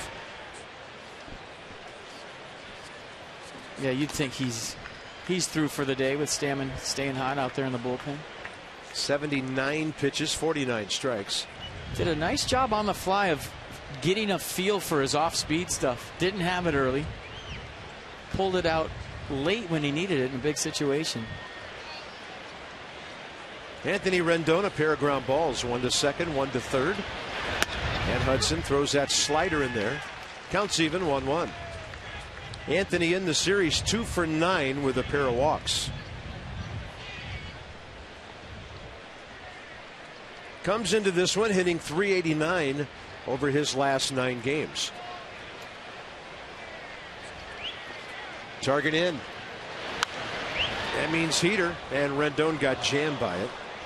The Nats, 4 of their 5 hits bunched into the 4th and the 5th. RBI by Ryan Zimmerman in the 4th inning after a LaRoche 2-out hit and a Buster Posey pass ball. The double play ball after Franzen and Lobaton singled kept the Nats from tying it in the 5th.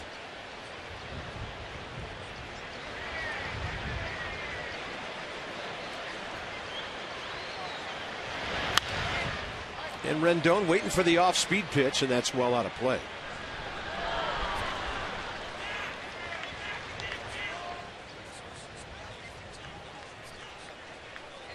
Take home a piece of the game with Nationals Authentics. National Authentics is featuring game-used items including Steven Strasburg's 101st strikeout ball, Jason Moore's opening day jersey, and a base from Albert Pujols' 500th home run. That is good stuff. See the full selection of items and place your bids now at nationals.com/ball2.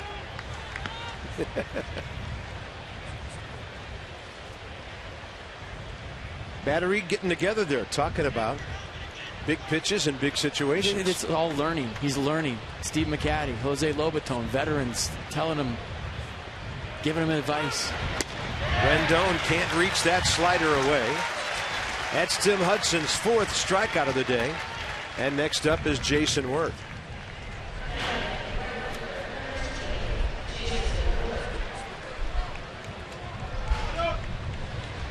Talking about setting up hitters, working them in, going away. It's a lot to absorb for a young pitcher. It is. His head's probably spinning a little bit right now. That adrenaline's still flowing from being out on the hill in front of 40,000 fans with the bases loaded, nobody out, and getting out of it. For me, that's what Blake Trinan takes away from today. Getting out of a bases loaded, nobody out jam. And then a double play ball against one of the best hitters in the league, Buster Posey. Worth hit the ball as hard as you can last time up. Angel Pagan took a 2 or 3 bagger away from him in the left center gap, and that one stays outside. Tim Hudson really relying on that slider right now. And I think what you're seeing in the dugout, all the teaching now that he's done. I mean, you do that in the course of a game, you don't hear a thing. It's just white noise to you because it's going so fast. You do your instruction before the game, you do your instruction after the game, but if you're coaching during the game, guys aren't going to hear it, guys aren't going to be able to apply it. You know, when Steve McCatty goes out to the mound, he just keeps it simple, little things. Hey, trust your stuff. You know, after the game, when you come out, then you get a little more deep. That's a good thing to see. Jose Lobaton talking to his pitcher, and Steve McCatty too. Blake Trinan, by the way, in his last 11 innings, 25 ground ball outs. 2 balls and 1 strike to Worth. Then Jason thought he had something to work with, but that slider keeps bending away at the last moment.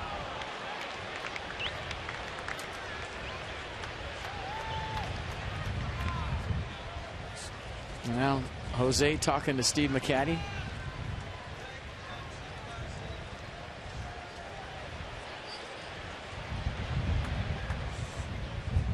A little in-game snack, keep the blood sugar up.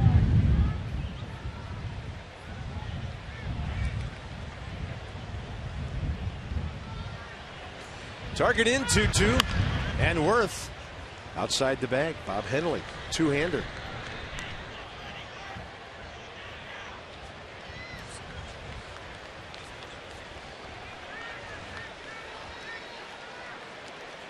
Braves got 3 in the top of the 8th at Colorado, but it's still 8-3 Rockies there.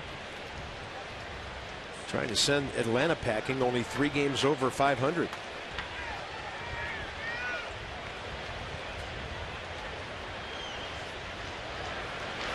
2-2.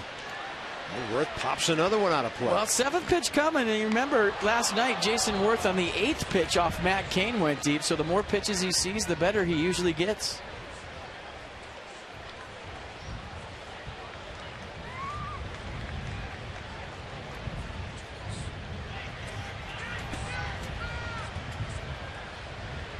Pitch number 7 coming.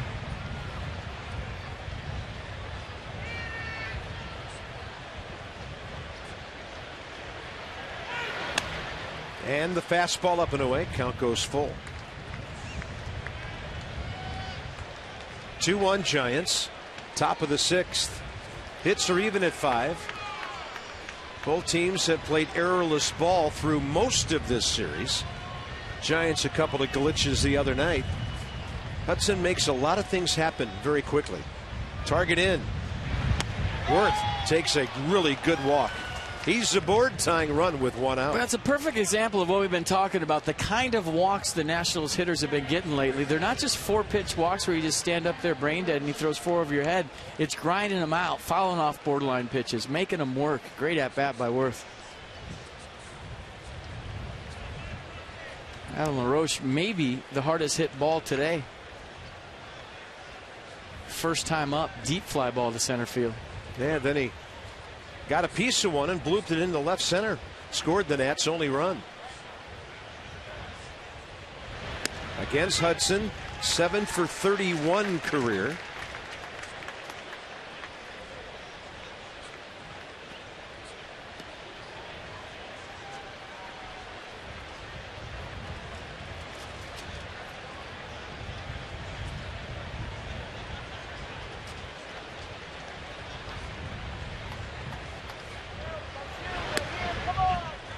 Jason Worth showing interest at first base right now. Normally in a 1-run game you leave the hole open for Adam LaRoche, but there's no hole there because of the Giants shift. Adrianza standing in the hole, Brandon Crawford on the right side, Pablo Sandoval playing shortstop. So when they show you that defense, if Tim Hudson doesn't pay attention to Worth, he'll steal.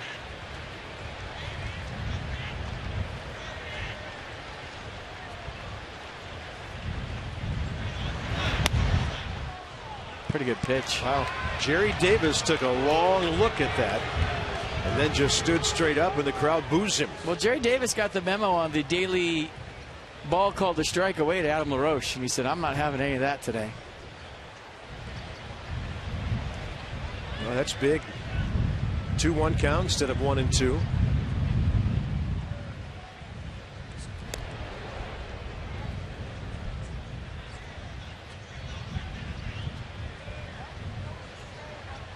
The wind is whipping on that field here. You can see Worth over there leading off at first. Pants were whipping in the breeze a moment ago. Gets out to a pretty decent lead. And a 2-1 to LaRoche, and that's way inside.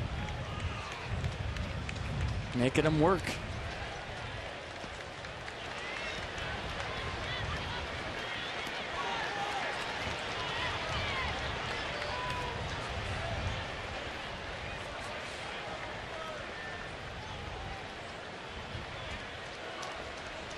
Big gap in left center. A lot of room down the left field side. 3-1 pitch. And LaRoche takes a walk. 2 on, 1 out. Right in front of Ryan Zimmerman and Ian Desmond. Making them work.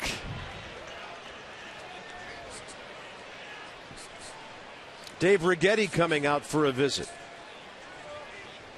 Great job by Ryan Zimmerman last time of just riding a ball hard to right. Well, we talked about it. Ian Desmond hot on deck. First base open, 2 outs, 3-2 count. You had to pitch to Zimmerman there because of the presence of Ian Desmond. He takes advantage. And the Giants gave the Nats an opening there with the pass ball on Buster Posey. And Ryan Zimmerman made them pay. Well, the only place the ball is really going to fly out of AT&T today is from the Toyota sign over in left field. Maybe the 382 sign in left center field. But yeah, right there, that's where it's going to go. Just based on the winds. I feel like right field might be closed. Juan Gutierrez for the Giants. Ryan Zimmerman 2 RBIs in this series.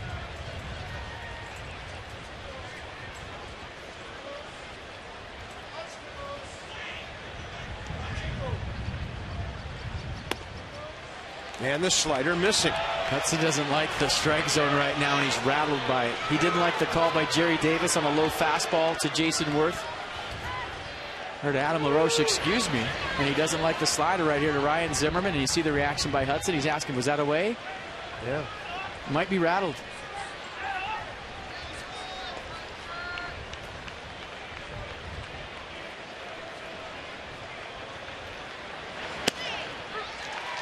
That one had some run back action to it.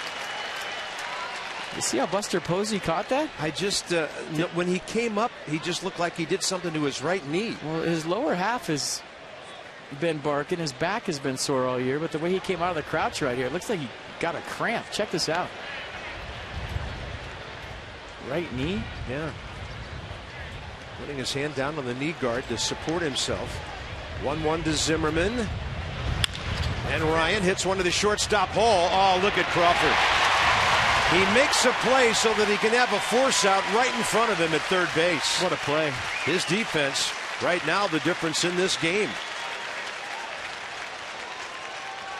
Well, the Nats have been flashing the leather so far in this series, but today it's been the Giants. Angel Pagan making a couple of nice plays in center field, and Brandon Crawford with a few nifty ones of his own at shortstop going the hole. His only play is to Pablo Sandoval.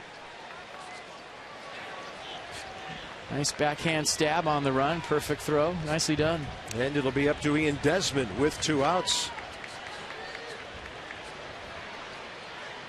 Desmond a 1-for-2 day and in the series. 6 for 15 with 5 batted in.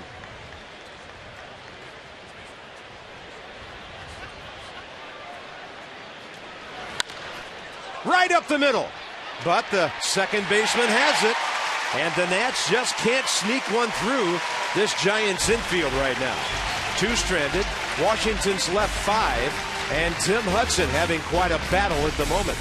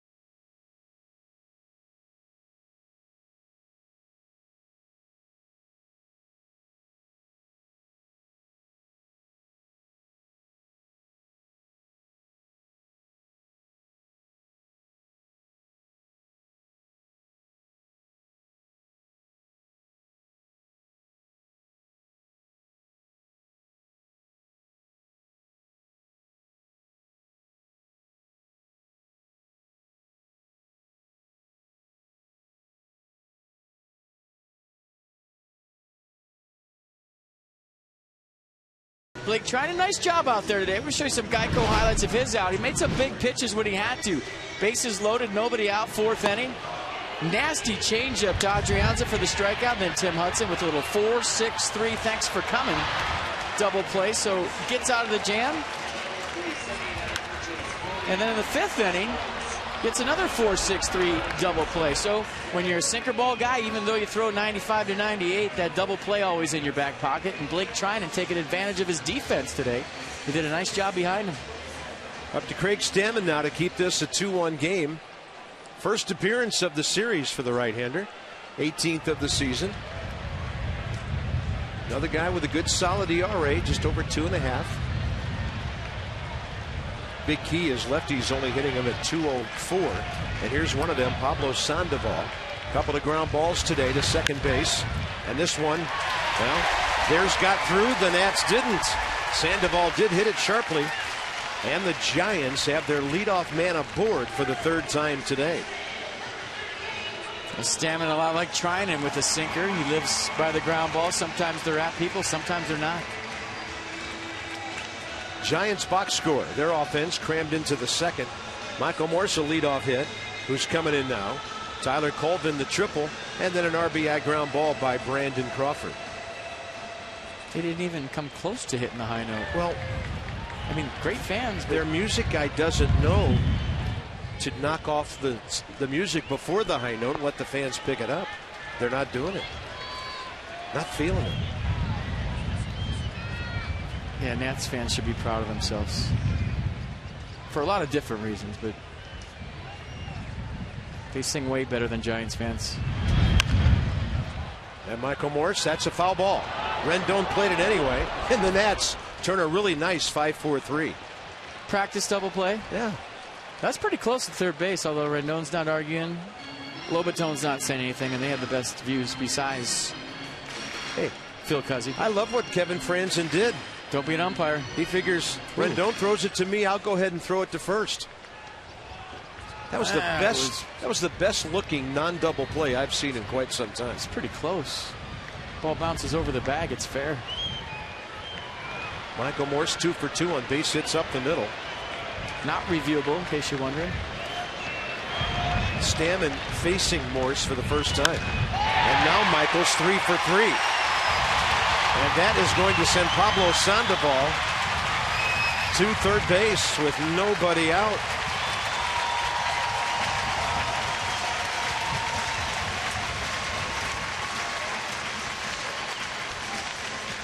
Well, he's always got a game plan up there, and he knows what he's doing. And this time he gets a two-seam fastball in the inner half, pulls the hands in nice. The Nats have been pounding him in the whole series. Good job of cutting the ball off by Ryan Zimmerman, getting it in quick and preserving the double play. Giants in business here in the sixth, first and third, nobody out.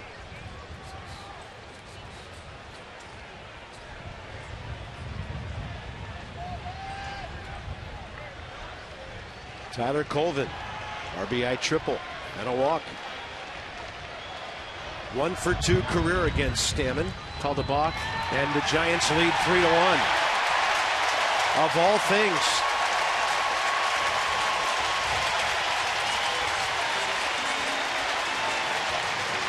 No argument from Stammen, no argument from Lobatone. You see him start and stop, and Jerry Davis got it right. He started to come up to the set position, hesitated, stopped, started again, and that's a balk. No doubt about it. How do you score that? You just write balk in your scorecard? BK. I write it between third and home as I track the runners around. And then down to second base, Michael Morse on the same play.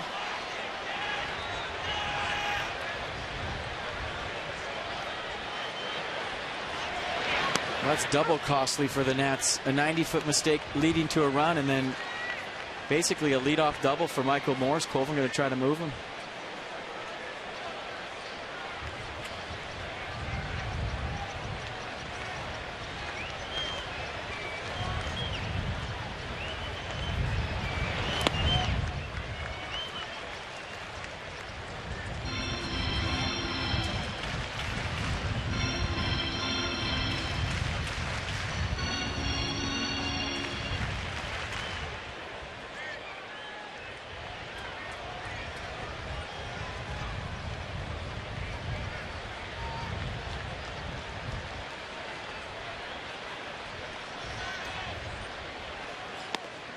And that one tailing away 91, 2-1. That was the first balk of the year by any pitcher on the Nats staff.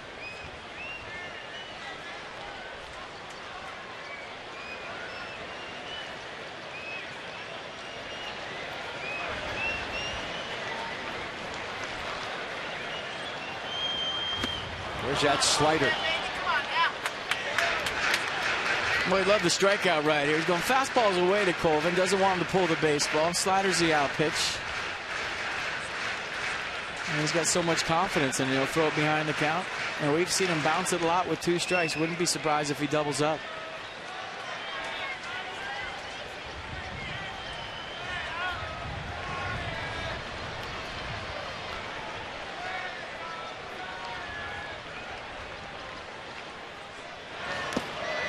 Yeah, tried to go right down there again, called him not biting. Pretty easy take. It came out of his hand low, never was a strike, and as a hitter you disregard it once you see the rotation.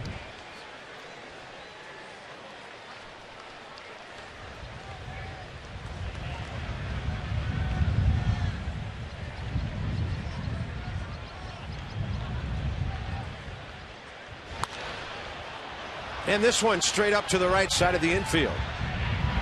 Kevin Franzen will take it for the first out. That's important. Runner stays at second base. Got to bring in Brandon Crawford, who has grounded into an RBI today and walked.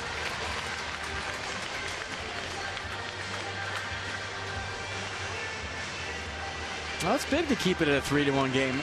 This is the old MO for the Nats. Hang around, and get into somebody's bullpen. Even though the Giants have the 3rd best bullpen in the National League, keep it a 2-run game. You never know. Well, they did make Tim Hudson throw 23 pitches in that 6th inning.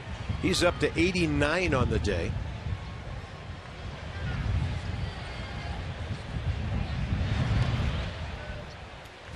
Crawford against Stammen, 1-for-1 career with a single.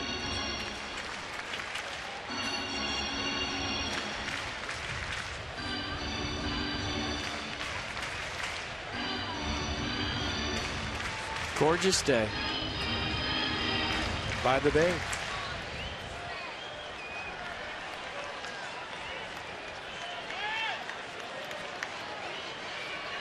Desmond keeping the runner close. And a 1-0. And a good fastball by Craig Stammen, 92. I just looked at Bruce Bochy shaking his head after that strike call. He was frustrated about some Tim Hudson calls that didn't go the Giants' way last inning. That was a good pitch by Stammen. Bottom of the zone. Yeah, the Nats just couldn't get that one breakthrough hit to get the game tied.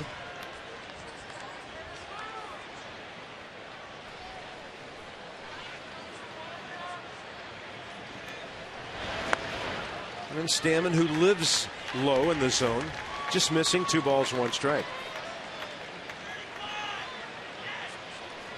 Came into this appearance with a 1.16 ERA since the end of April, spanning his last 12 appearances.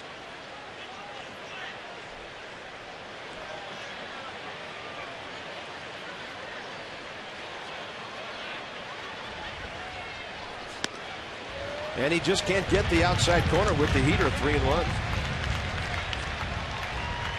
Interesting number on Craig Stammen. Since the beginning of the 2012 season, nobody's thrown more relief innings in all of baseball than him. He was up last night hot, ready to come in the game. He was up today a couple of times hot and ready to come into the game. I wonder if that's had an effect. And he gets a ground ball. Franzen, one-hander. Safe.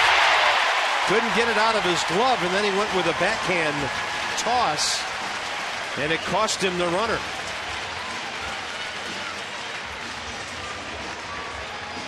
That whole play odd looking from the get-go with Kevin Franzen. And Matt Williams is going to turn the umpire right here. He might choose to review this. We'll take a look. But Franzen stumbling for this baseball. It looked like he had it easy, but then he kind of lost control right here. Went for the backhand option flip, and I think they might review this. Let's see it one more time. What do you got? Thumbs up or thumbs down, Carp? I'm looking at you. You're my bench coach. What do you got? Well, this should show it. It's obviously thumbs down. All right. Looked like a tie, and the tie goes to the runner. Looked like he beat it, huh? Watch. Foot on the bag, ball still not there. Ball has to be in the pocket now. I like the way you got on the top step and gave me the thumbs down. That was good. Good acting by you. Well, earlier in the season, that's probably reviewable because they were calling those plays as soon as the ball entered the glove without hitting the pocket. So 1st and 3rd, 1 out. And the Nats a couple of costly mistakes here. And walking to the plate to get a left-handed, right-handed matchup here, Gregor Blanco.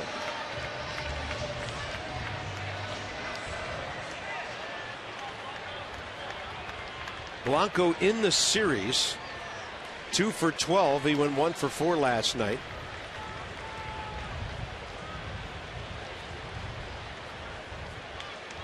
Well, Matt Williams and the Nats would love to see their third double play of the game right here, right now.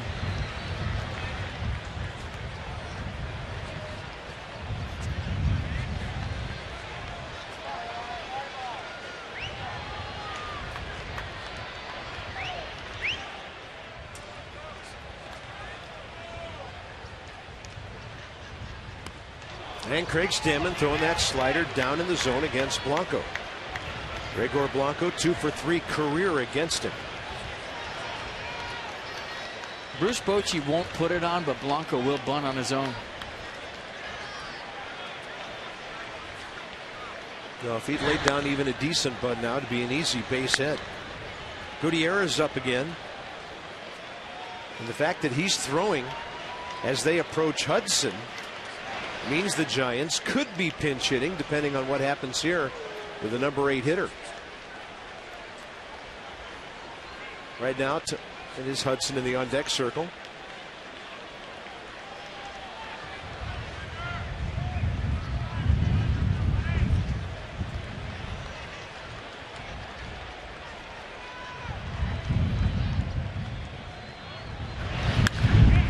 And Stammen gets a foul ball off to the left side.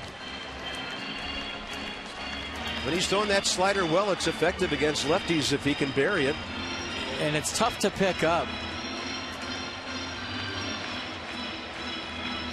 And you got a few pitches to play with right now if you're Craig Stammen.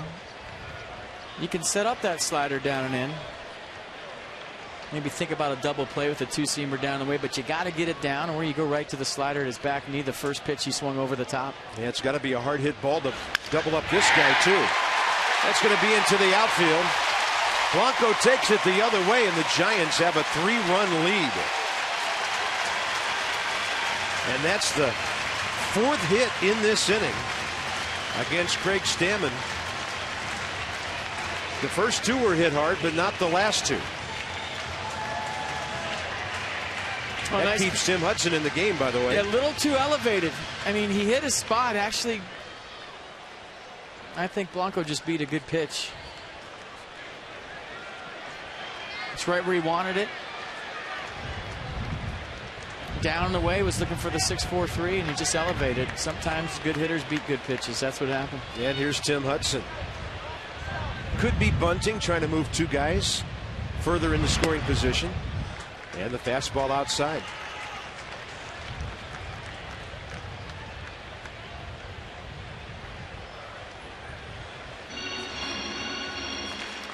Tim Hudson 176-10 when he has a 2-run lead or more throughout his career. 176-10. They go stabbing at that one and misses. 1 ball, 1 strike.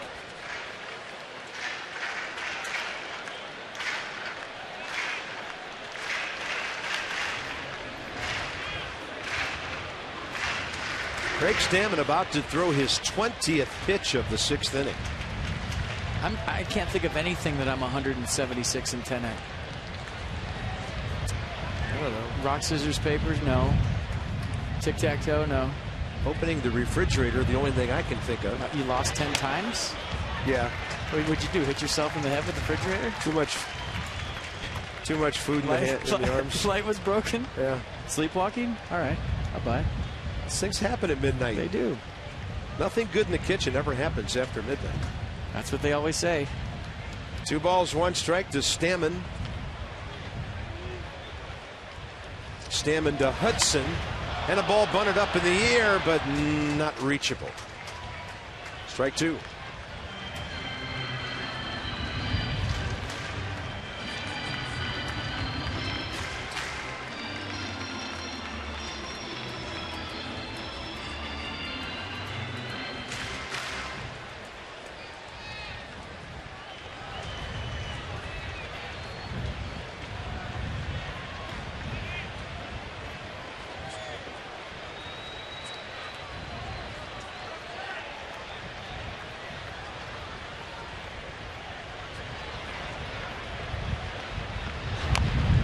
And he will bunt it foul and strike out, and that's his second out of the inning.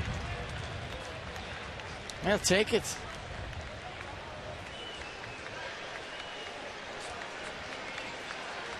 All right, good time for Toyota Case for Kids. Craig Stammen striking out Tim Hudson on a foul bunt. The DC area Toyota dealers want to help their children and their families by making a donation of $37 to the Children's Inn at NIH for every strikeout by a Nats pitcher this season. Some Nata dudes. They're probably rooting for the Giants right now, you'd think, with those T-shirts, right? They turn those hats around, we know who they're rooting for. Front runners. Top of the order, seventh man to bat in the inning now is Angel Pagan. Runners still at first and second. And a strike from Craig Stammen. Pagan against Stammen. Frightening numbers, 9 for 14 with 3 doubles, 2 triples.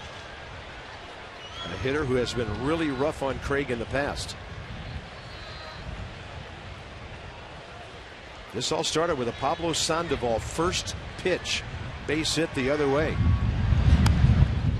And a fastball up and away, counts even 1-1.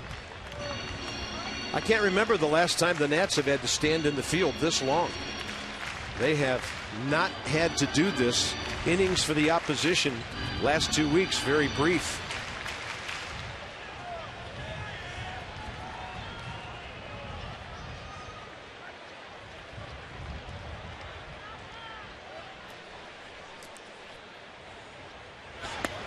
That's a good heater, 92, just rifling its way to the outer half.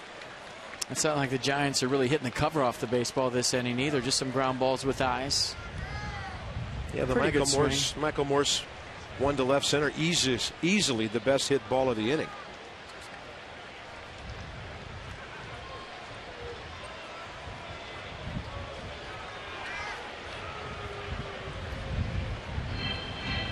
Go switch up the signs, maybe.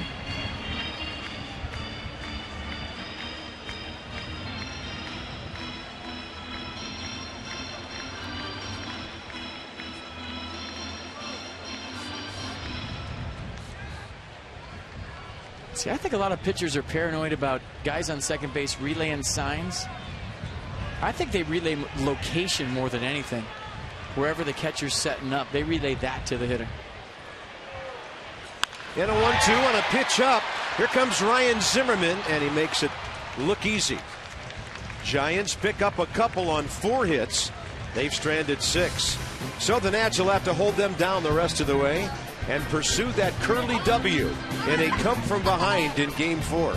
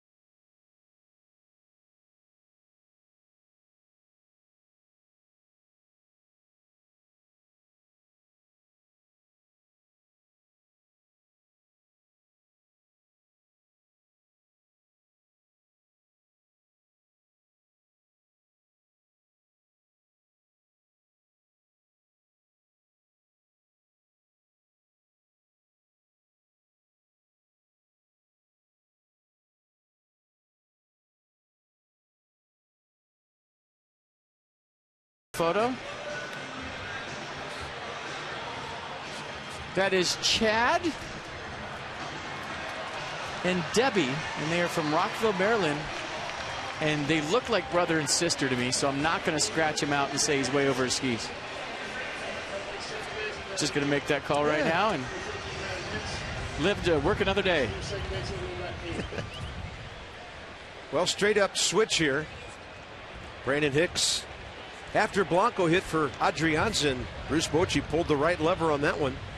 He used 2 players for 1 move, and Blanco gave him an RBI single. Tim Hudson, 89 pitches, 59 strikes.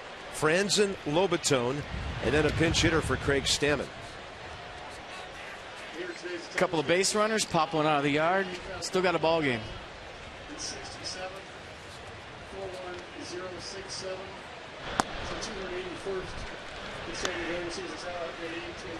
Aaron Barrett.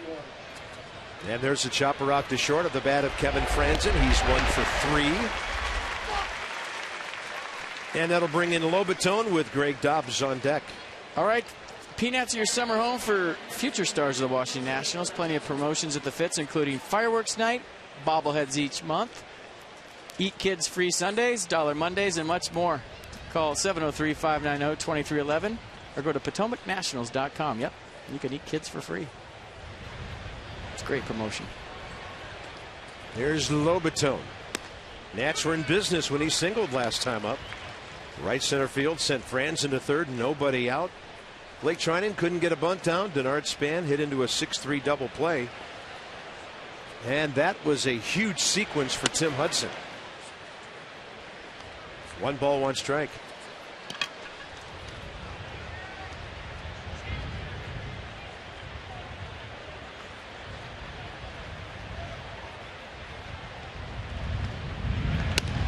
Lays off the slider. Good ID by the catcher. He just got finished catching the slider of Craig Stammen. Knew that was going to be off the plate.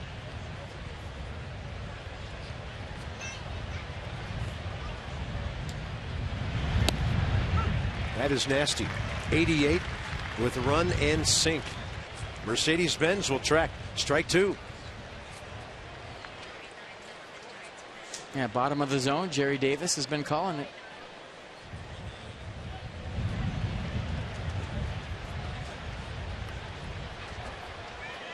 Nats need runners. And Lobatone will get him 1. 2 for 3 for him today. And in this series, Jose Lobatone is 3 for 6. Nicely done. Barrel overrated, bat died a hero. Jose Lobatone on here in the 7th inning.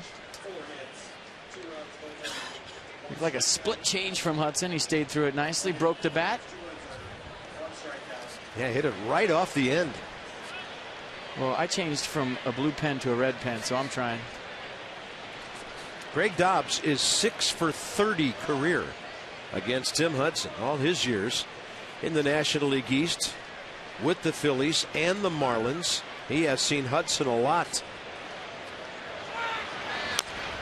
And he goes up hacking at the first fastball he saw.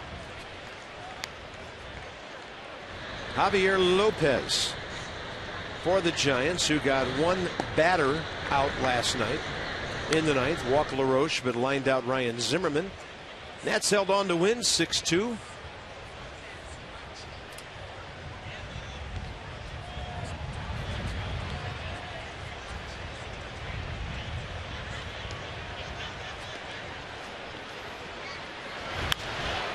Then Dobbs trying to go the other way.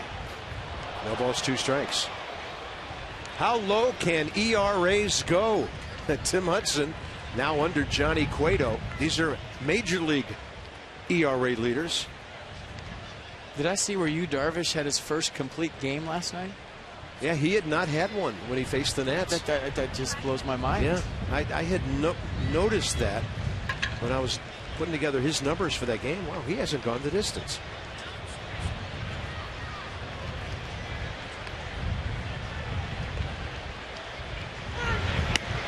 And Greg Dobbs strikes out on a pitch up. Hudson took him up out of the zone for his 5th strikeout. It'll be up to Denard Span to keep this 7th inning going. Well, I think Javi Lopez might have been for Denard Span had he represented the tie and run. Elevated fastball to Dobbs, can't get on top. Put another K up on the wall. Denard Span 0 for 3 in the series, 3 for 14.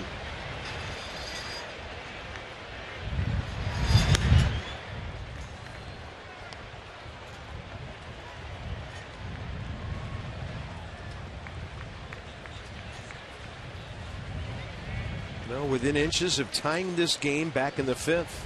That's where Denard Span's got to go ultra leadoff hitter mode and try to get Anthony Rendon up, representing the tie and run. Rendon with 9 home runs. I know Matt Williams would love to see him in the batter's box here in the 7th.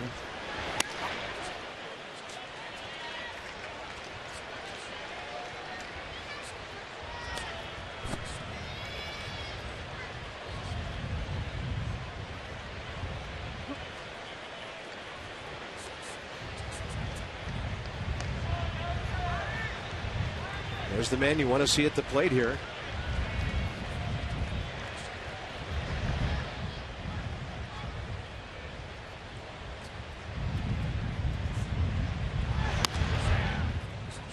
I see the frustration by Hudson right there on ball 3. Rarely shows emotion on the mound. AT Park, 41,067. Another sellout for the Giants today. They're 281st in a row.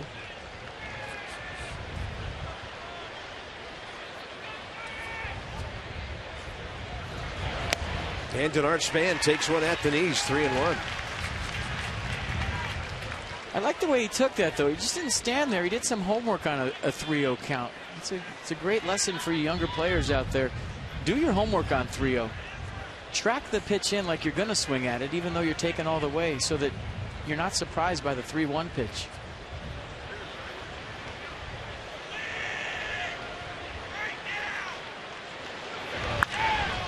And Span will pop it up into short center. Sunfield out there. You can see the sun blazing off of Pagan's glasses. And the Nats are gone in the 7th. They've stranded 6 runners today. And the Giants lead out the stretch 4-1.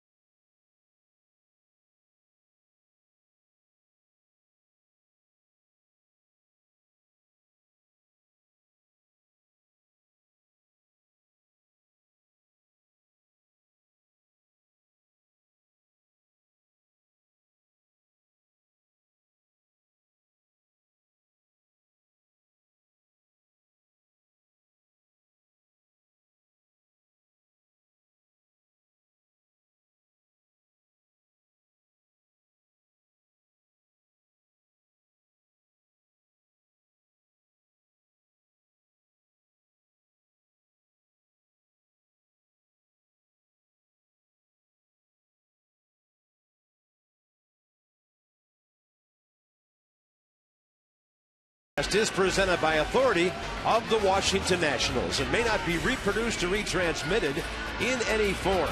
And the accounts and descriptions of this game may not be disseminated without the express written consent of the Washington Nationals. Well, they're having a good time at AT Park. They gave Tim Hudson quite an ovation when he came off after that top of the 7th. They sense that he's done for the day.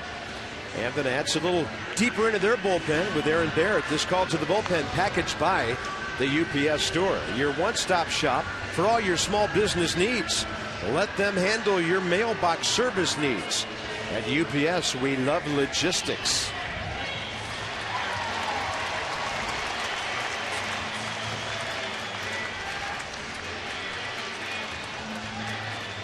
Aaron Barrett out for his 24th appearance of the year, .211 record. .211 average against, excuse me. Let's stop talking to fans right here in the middle of the broadcast. I just saw the best sign. A lady down to our left, early Father's Day, said, "Thanks, Dad, for not raising me a Dodger fan." I saw it too. Okay, here we go. Bottom 7. Hunter Pence has been on base 3 times. Aaron Barrett's second appearance of this series. Pitched a scoreless 7th against Sandoval, Morse, Colvin, and Crawford on Monday night. Oh, Desmond, he got to it, but it got under his glove, and Hunter Pence has a perfect day, 3 for 3 with a walk. He's been a better leadoff man than anybody else for them lately. And now it'll be Posey and Sandoval. Boy, you see the reaction by Pence at first base? He thought he should have hit this ball at the ballpark. He showed a little frustration right there after getting his 3rd hit of the day. There's Buster Posey, 0 for 3 today, and maybe the last chance for him to get a 10-game hitting streak.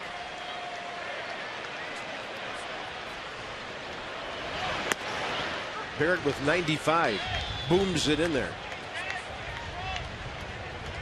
And somebody on a local radio show asked me this morning if I thought the Nats hit Michael Morse on purpose the other night, and I said absolutely not. If you went down the list of players the Nats would hit, Michael Morse would be last. There was no reason to hit him, and they wouldn't hit him. One guy gets hit in a 4-game series when the games have been this hard played and this close, and somebody wants to make a big deal out of it. I mean, why would you hit anybody as smart as that? The guy, one of the smartest baseball players I've ever been around, right up there with Jason Worth.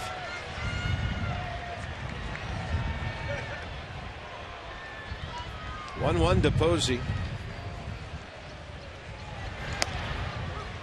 And that's right in there, 1-2 over the outer half.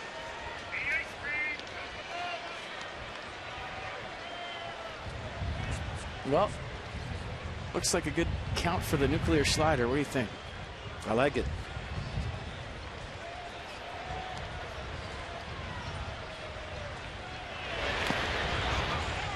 Ball gets away. Runner goes. Good base running by Hunter Pence. Going to be a wild pitch on Aaron Barrett. And the Giants know. I know Dwayne Kuiper and Mike Krukow probably right now talking about getting that 4th run to get yourself at least to the edge of slam range. Good anticipation by Hunter Pence. Thinking about a slider in the dirt. Watch the reaction. Takes off. Jose Lobaton can't do a thing about it because Hunter Pence was looking for the slider in the dirt. You see Desmond, he just laid the glove down on Hunter Pence's foot in case he came off the bag.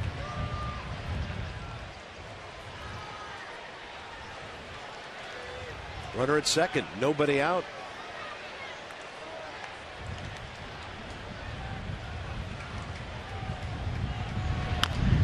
And Posey will advance the runner, maybe, yeah. Aaron Barrett took a look for a moment and tossed a high throw to Adam LaRoche. Buster Posey, a productive out. All right, the word of the day today, Denard. Made some nice plays in center field. Text 29292 for your chance to win a meet and greet with that guy right there, presented by Outback Steakhouse. Try the new Moonshine Barbecue.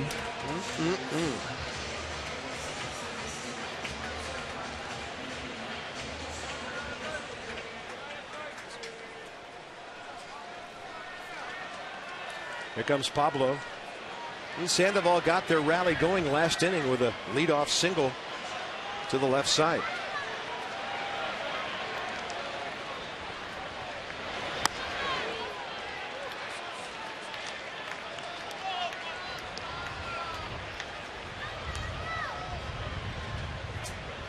In the series, Sandoval 5 for 10. An RBI, a walk.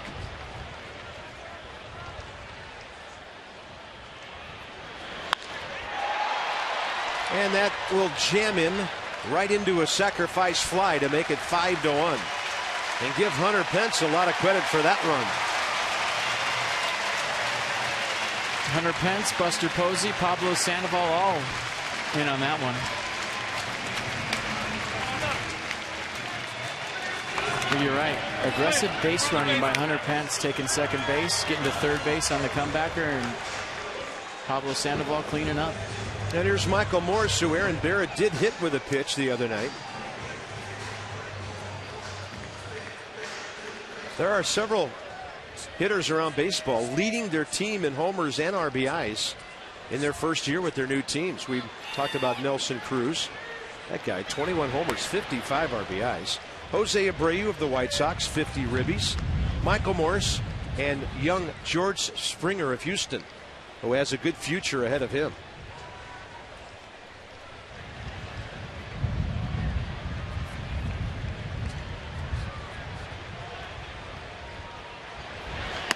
And a fastball up. Barry Bonds and Aubrey Huff, the two previous Giants to lead San Francisco in those categories in their first year in this uniform.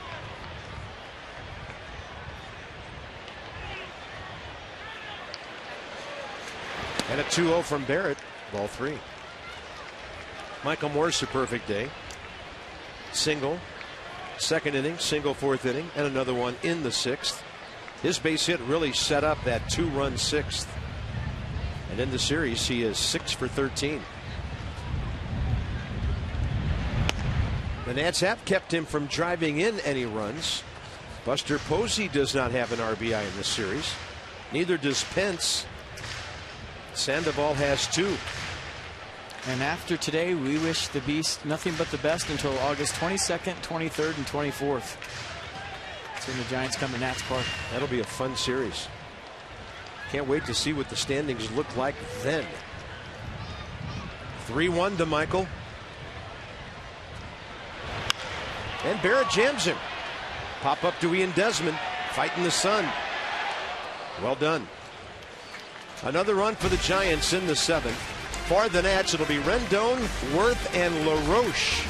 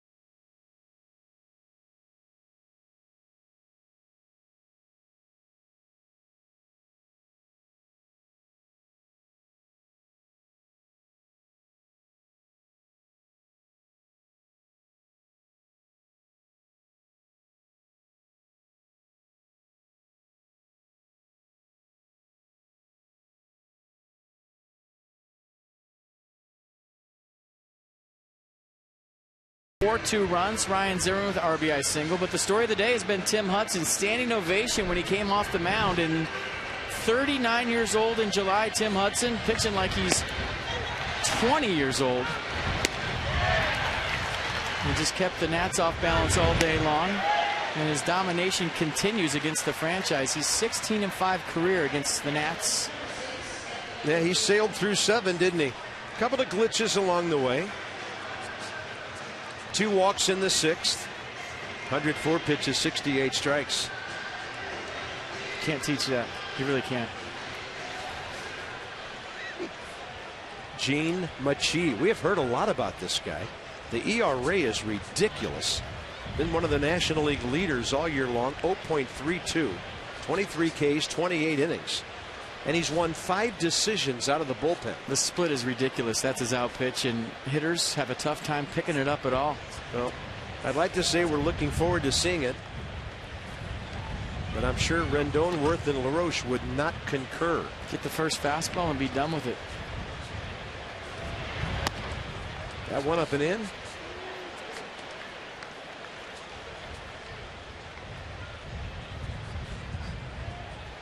Desmond Dobbs and friends, and the only Nats who've ever faced this right-hander. Rendon 0 for 3 today. Anthony in the series 2 for 10. Fastball high.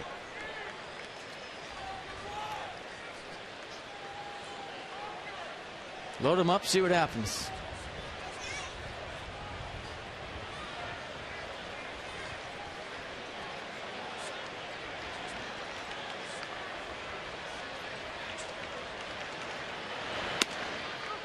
He'll get that fastball to the outside edge.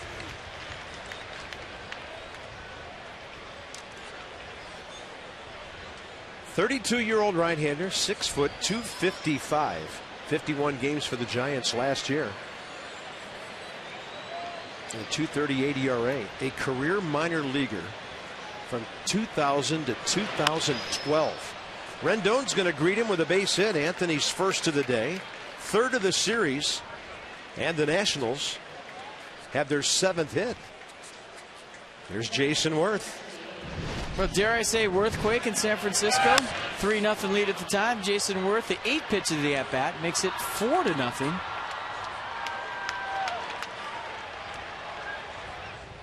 And Washington, D.C. Lexus dealers are donating $250 for taters to the Children's National Medical Center. So keep them coming. It's for a wonderful cause. Lexus, the pursuit of perfection.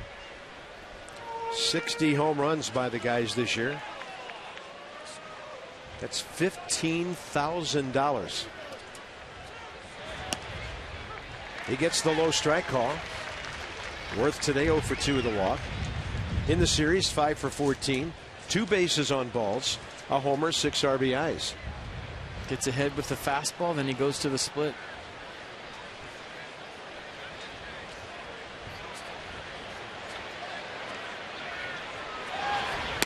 And there it is.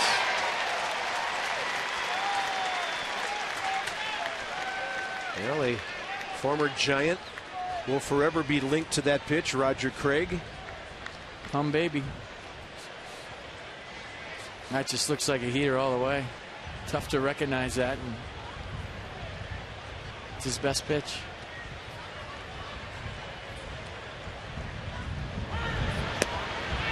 And he throws it again, but it's outside.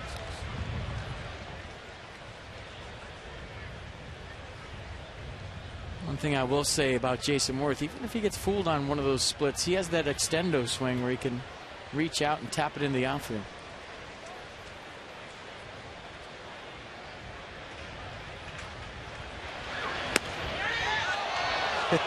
We have had so many borderline pitches today. It's been a challenging day for Jerry Davis back there. 40,000 umpires thought it was a strike. Pitch track thought it was outside. Yeah. So did Jerry Davis.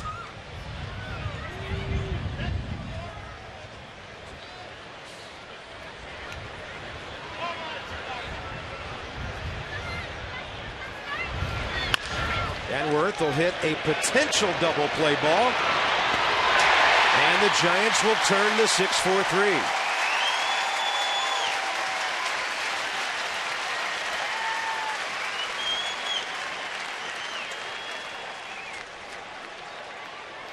What do you got? 4th double play of the day right here. 2 for each team.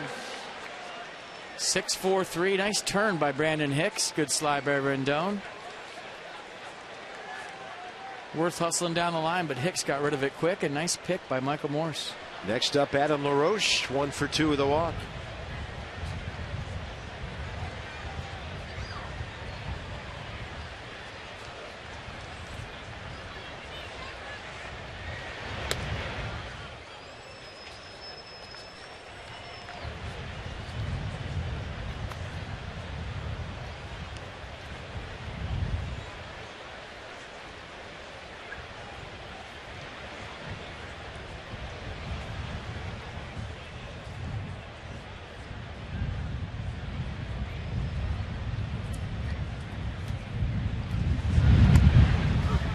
Counts even, 1-1.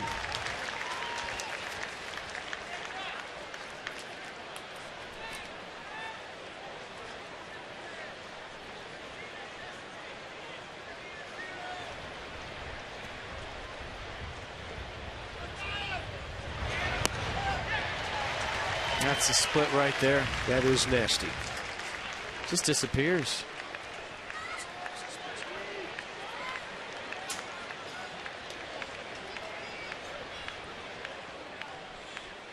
Nobody in the bullpen. Looks like Aaron Barrett may soak up another inning here.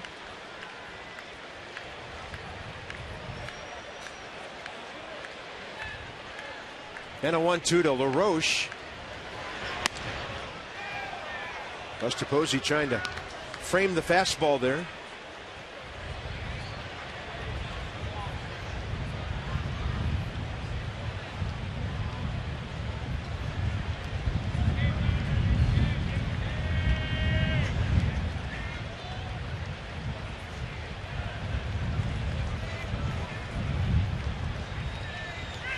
And a 2-2. Well hit to center.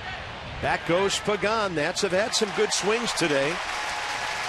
Haven't been able to get that one big hit when they needed it. To the bottom of the 8th. 2010, 2012. That would look good in a trophy case on the East Coast someday.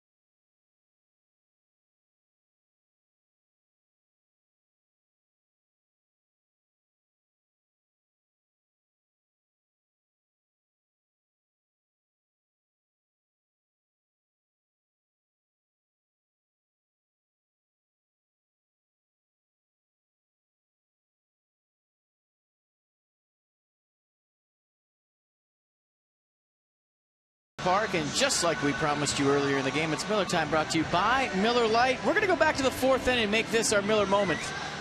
Blake Trinan had the bases loaded, nobody out. Looked like Matt Williams would go to the bullpen. He struck out Adrianza on a nasty changeup, and you got Tim Hudson hitting a 4-6-3 double play. Some reaction from Trinan. Matt Williams, Steve McCaddy telling Craig Stammen he can sit down, that Trinan's going back out. So some big stuff from a young pitcher there. Bases loaded, nobody out, and he got out of the jam.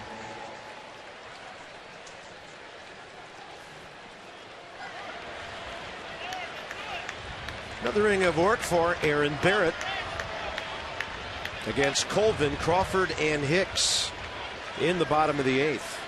And for some reason, if the Nats don't go on to score 5 in the top of the 9th inning, you come into San Francisco, you take 3 out of 4. And then you move on to St. Louis, a place where the Nats got swept last year. You remember back in September, the Cardinals actually eliminated the Nats from contention in the wild card. The Nats were coming strong. They were playing good baseball.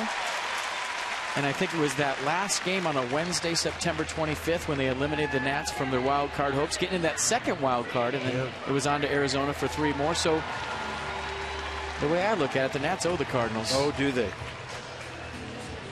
That was the day Michael Wacha almost threw that no-hitter, and Ryan Zimmerman able to spoil it in what could have been the last at bat of the game. St. Louis has the day off. And the Nats will not see Adam Wainwright in that series. Elbow tendonitis, sent home the other day. They'll see Lance Lynn, Shelby Miller, and Jaime Garcia.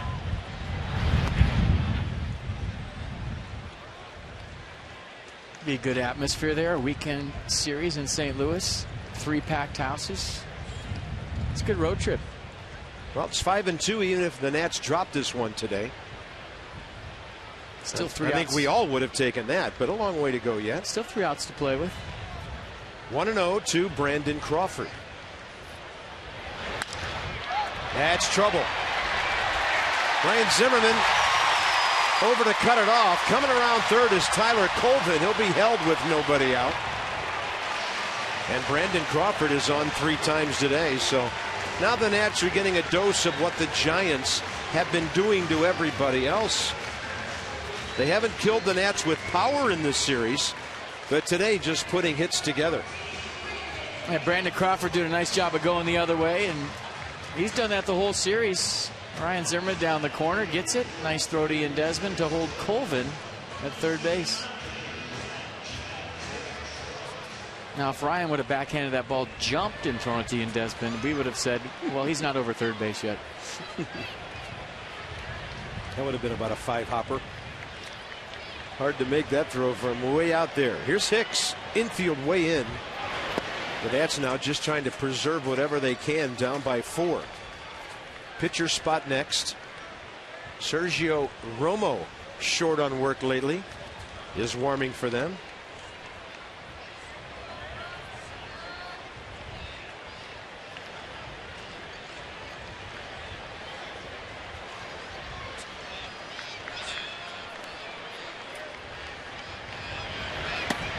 And there's a Barrett slider, a good one. Evens the count.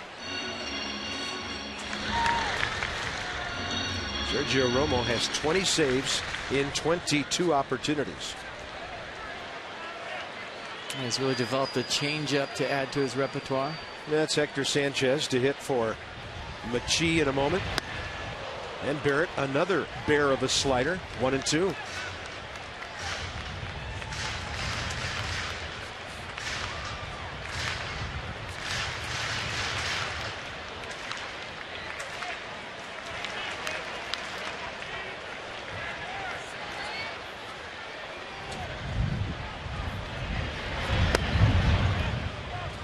Got him.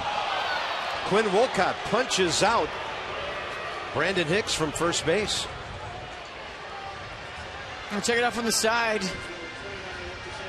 Did he go? Far enough, according to Quinn Wolcott. And Aaron Barrett will take it.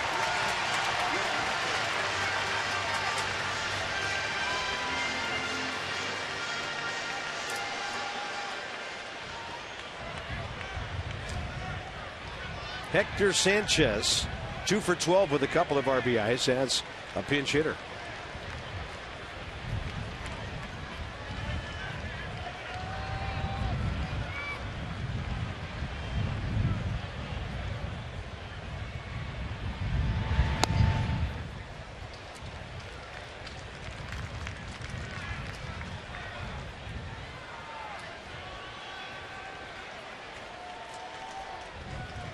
Oh for 2 in the series, one of those a pinch hitting appearance.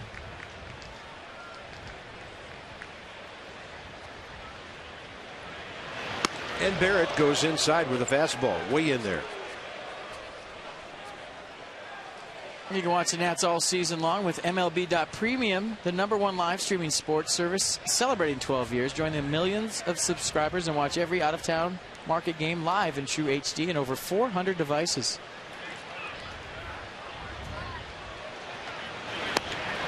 He has got some kind of slider going right now. That's why he's going to be a good closer someday. He's got swing and miss stuff.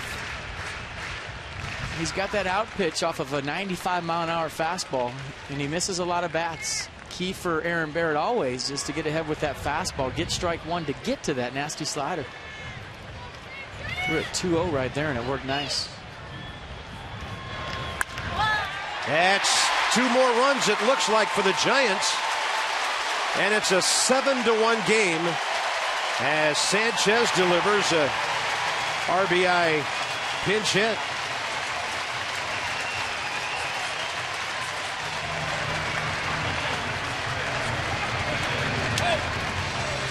Slider kind of backed up on Barrett right there, and Sanchez stayed on it nice right up the middle. Watch.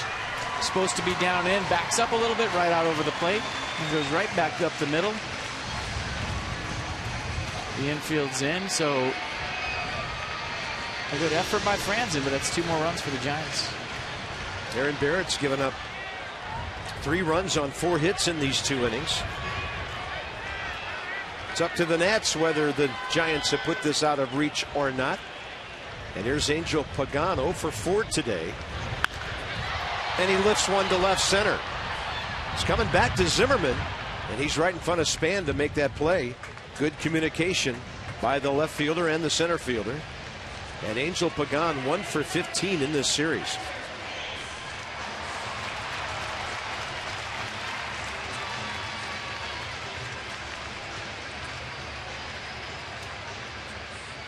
Next up, Hunter Pest.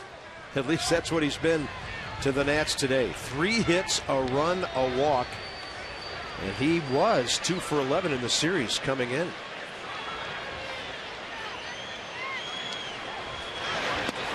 I like Hunter Pants better than Hunter Pence. I don't know. I'm not digging the baseball pants above the knees. I've never seen anybody do that. Above the knees. Nobody. Who does that? Hunter Pants.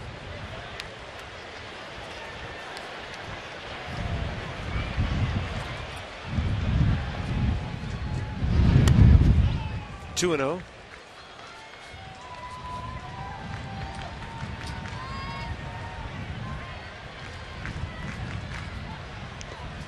That's a guy that a lot of ball clubs would love to have on their team. Plays the game the right way, plays hard every day. He's been a clutch ad for the Giants.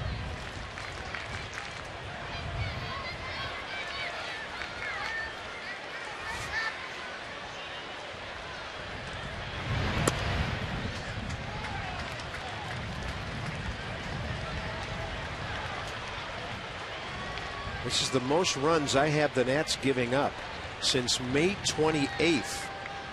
In a 10-inning loss at home to the Marlins, 8-5. 2009. It has been a while. Pants on for the 5th time. Tomorrow in St. Louis, Jordan Zimmerman, reigning National League Player of the Week, coming off a fantastic complete game in San Diego, takes on the Cardinals at Busch Stadium. He'll be opposed by Lance Lynn, who's 2-1 career against the Nats, but a high ERA, and 6-4 on the year. 7:30 Nats Extra, Masson 2 tomorrow night. First pitch right after 8 p.m.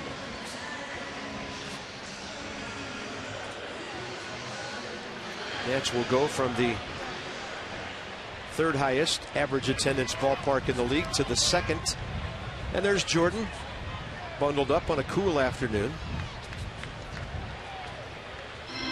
And a rough outing here for Aaron Baird. He'll get a visit from Steve McCanny. With Buster Posey now given another chance to extend his hitting streak.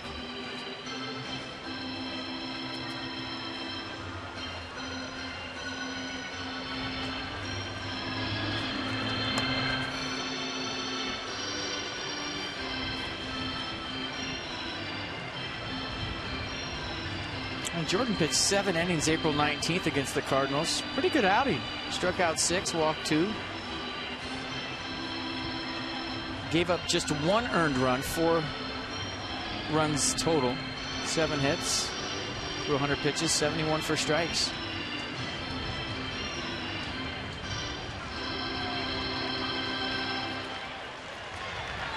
That was a 4-3 loss.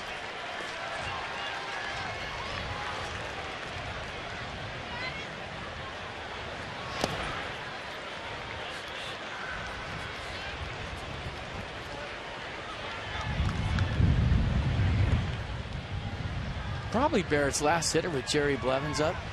Turned Pablo Sandoval around the right side.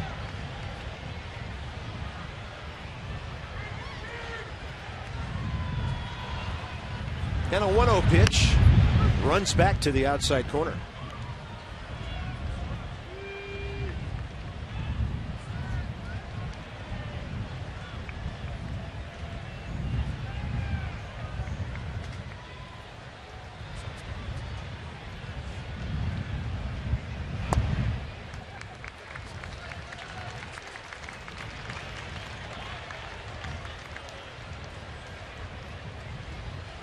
You know, what makes Craig Stammen's slider so successful over the years is he throws it early in the count for a strike. And then he'll bounce it on purpose later in the count. And that's something that Aaron Barrett is trying to be more consistent with. Throwing strikes, number one, but you know, establishing that slider as a strike, so as a hitter you have to respect it and commit. On top of that, you might have to cheat to get to the 95, but right now he's having trouble throwing strikes. It's been a long 3 innings for the Nats bullpen.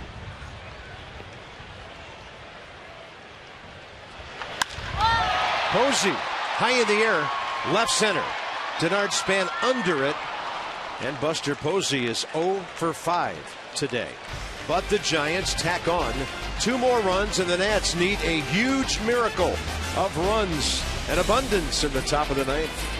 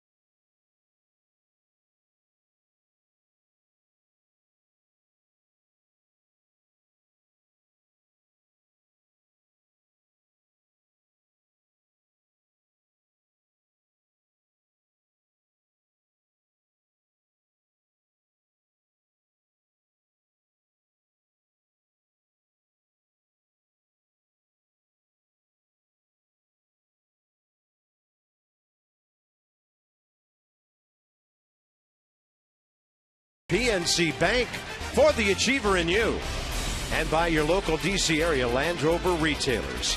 Visit DCAreaLandRover.com for special lease and finance offers.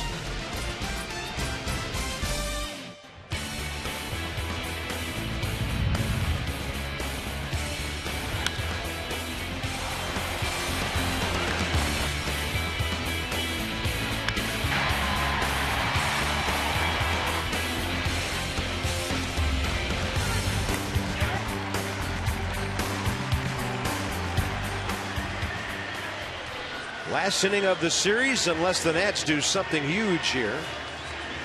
They'll be facing 31-year-old, and he's working with Hector Sanchez, who stays in the catch, Sergio Romo.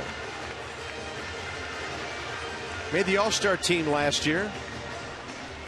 Cut him off the series, or rather a season for the Giants, when he had 43 saves last year, and he may go beyond that this time around. Well, he's tied for the lead in Major League Baseball with 20 saves. So fastball 88, 34% of the time. He throws the slider half the time at 50. He's got 2 different sliders, a short one for a strike early in the count, and then the big sweeper as his out pitch. And also mix in an occasional changeup to lefties. That one sweeps outside. Ryan Zimmerman, 0 for 1 career against Romo. 6 of his 9 runs allowed this season have come in the last 10 games. Well, I guess it's a great thing when you're in a 4-game series, you don't see their closer until game 4. Now the Nats have to just hope that Romo loses a little bit of his edge with a 6-run deficit here. Ryan today 1 for 3 with an RBI single. That one runs right back in there. Ryan sitting slider, got the fastball.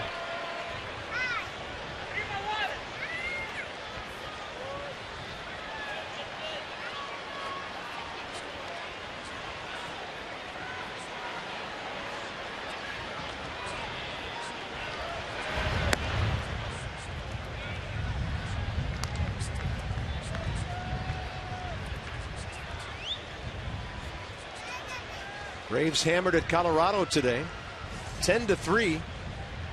So right now the Nats a game and a half up on Atlanta and Miami, and that would fall back to a full game if this one ends in a moment.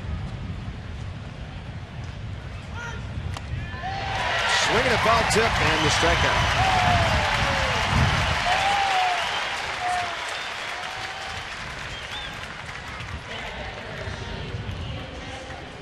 Back with you tomorrow, and that guy's going to be on the hill in St. Louis. Lance Lynn, high school teammate of Drew Storen, against the Nats tomorrow.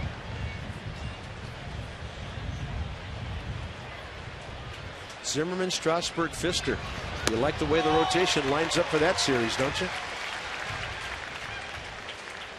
I think you like the way the rotation lines up, however, right now. Get Gio back in there, and wow.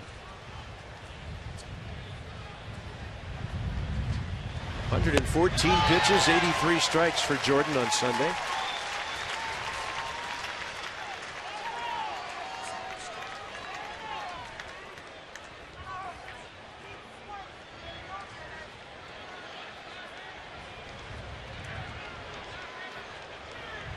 Ian Desmond 1 for 3 today in a good series, 6 for 16, 5 RBIs. And his way outside, 2 outs.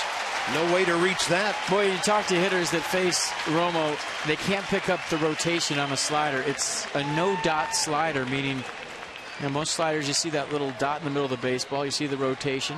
But the way he grips it, it comes in looking just like a fastball. That's why you see funny swings, and that's why he's had so much success. Kevin Franzen 1 for 3.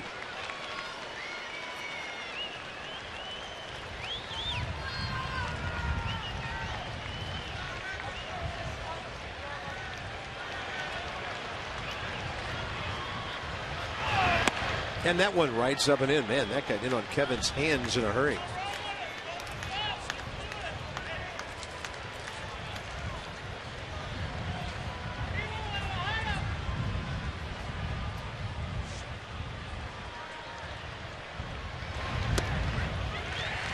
That's a short little slider that he throws for a strike.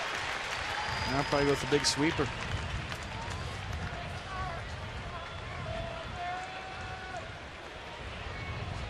(7-1) Giants, and the Nats down to their final out.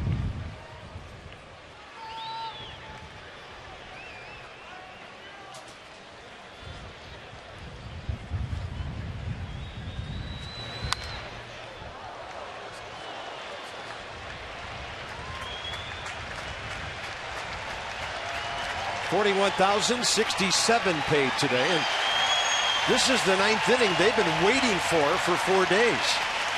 The Nats have frustrated them, shut down this ballpark to this point.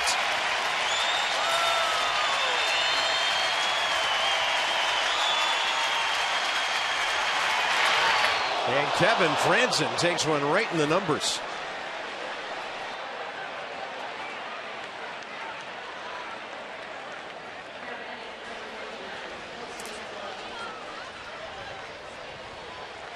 Romo looking frustrated that he hit Kevin Franzen, but a guy with pinpoint command does that. And I'll leave it for the players to decide.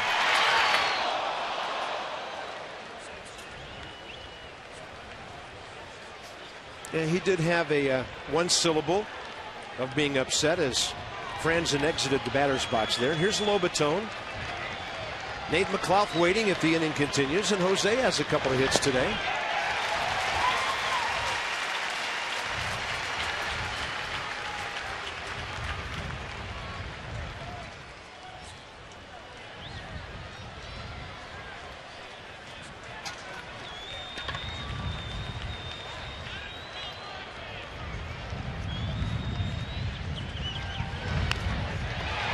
And now strike 2. Romo keeping the ball down.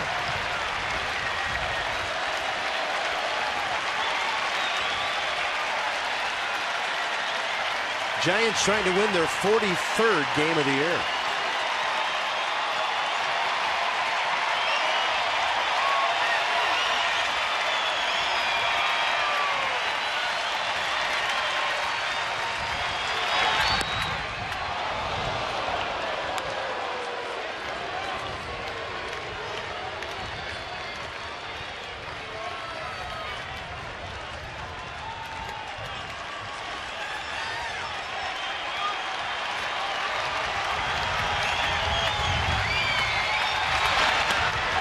And that'll do it.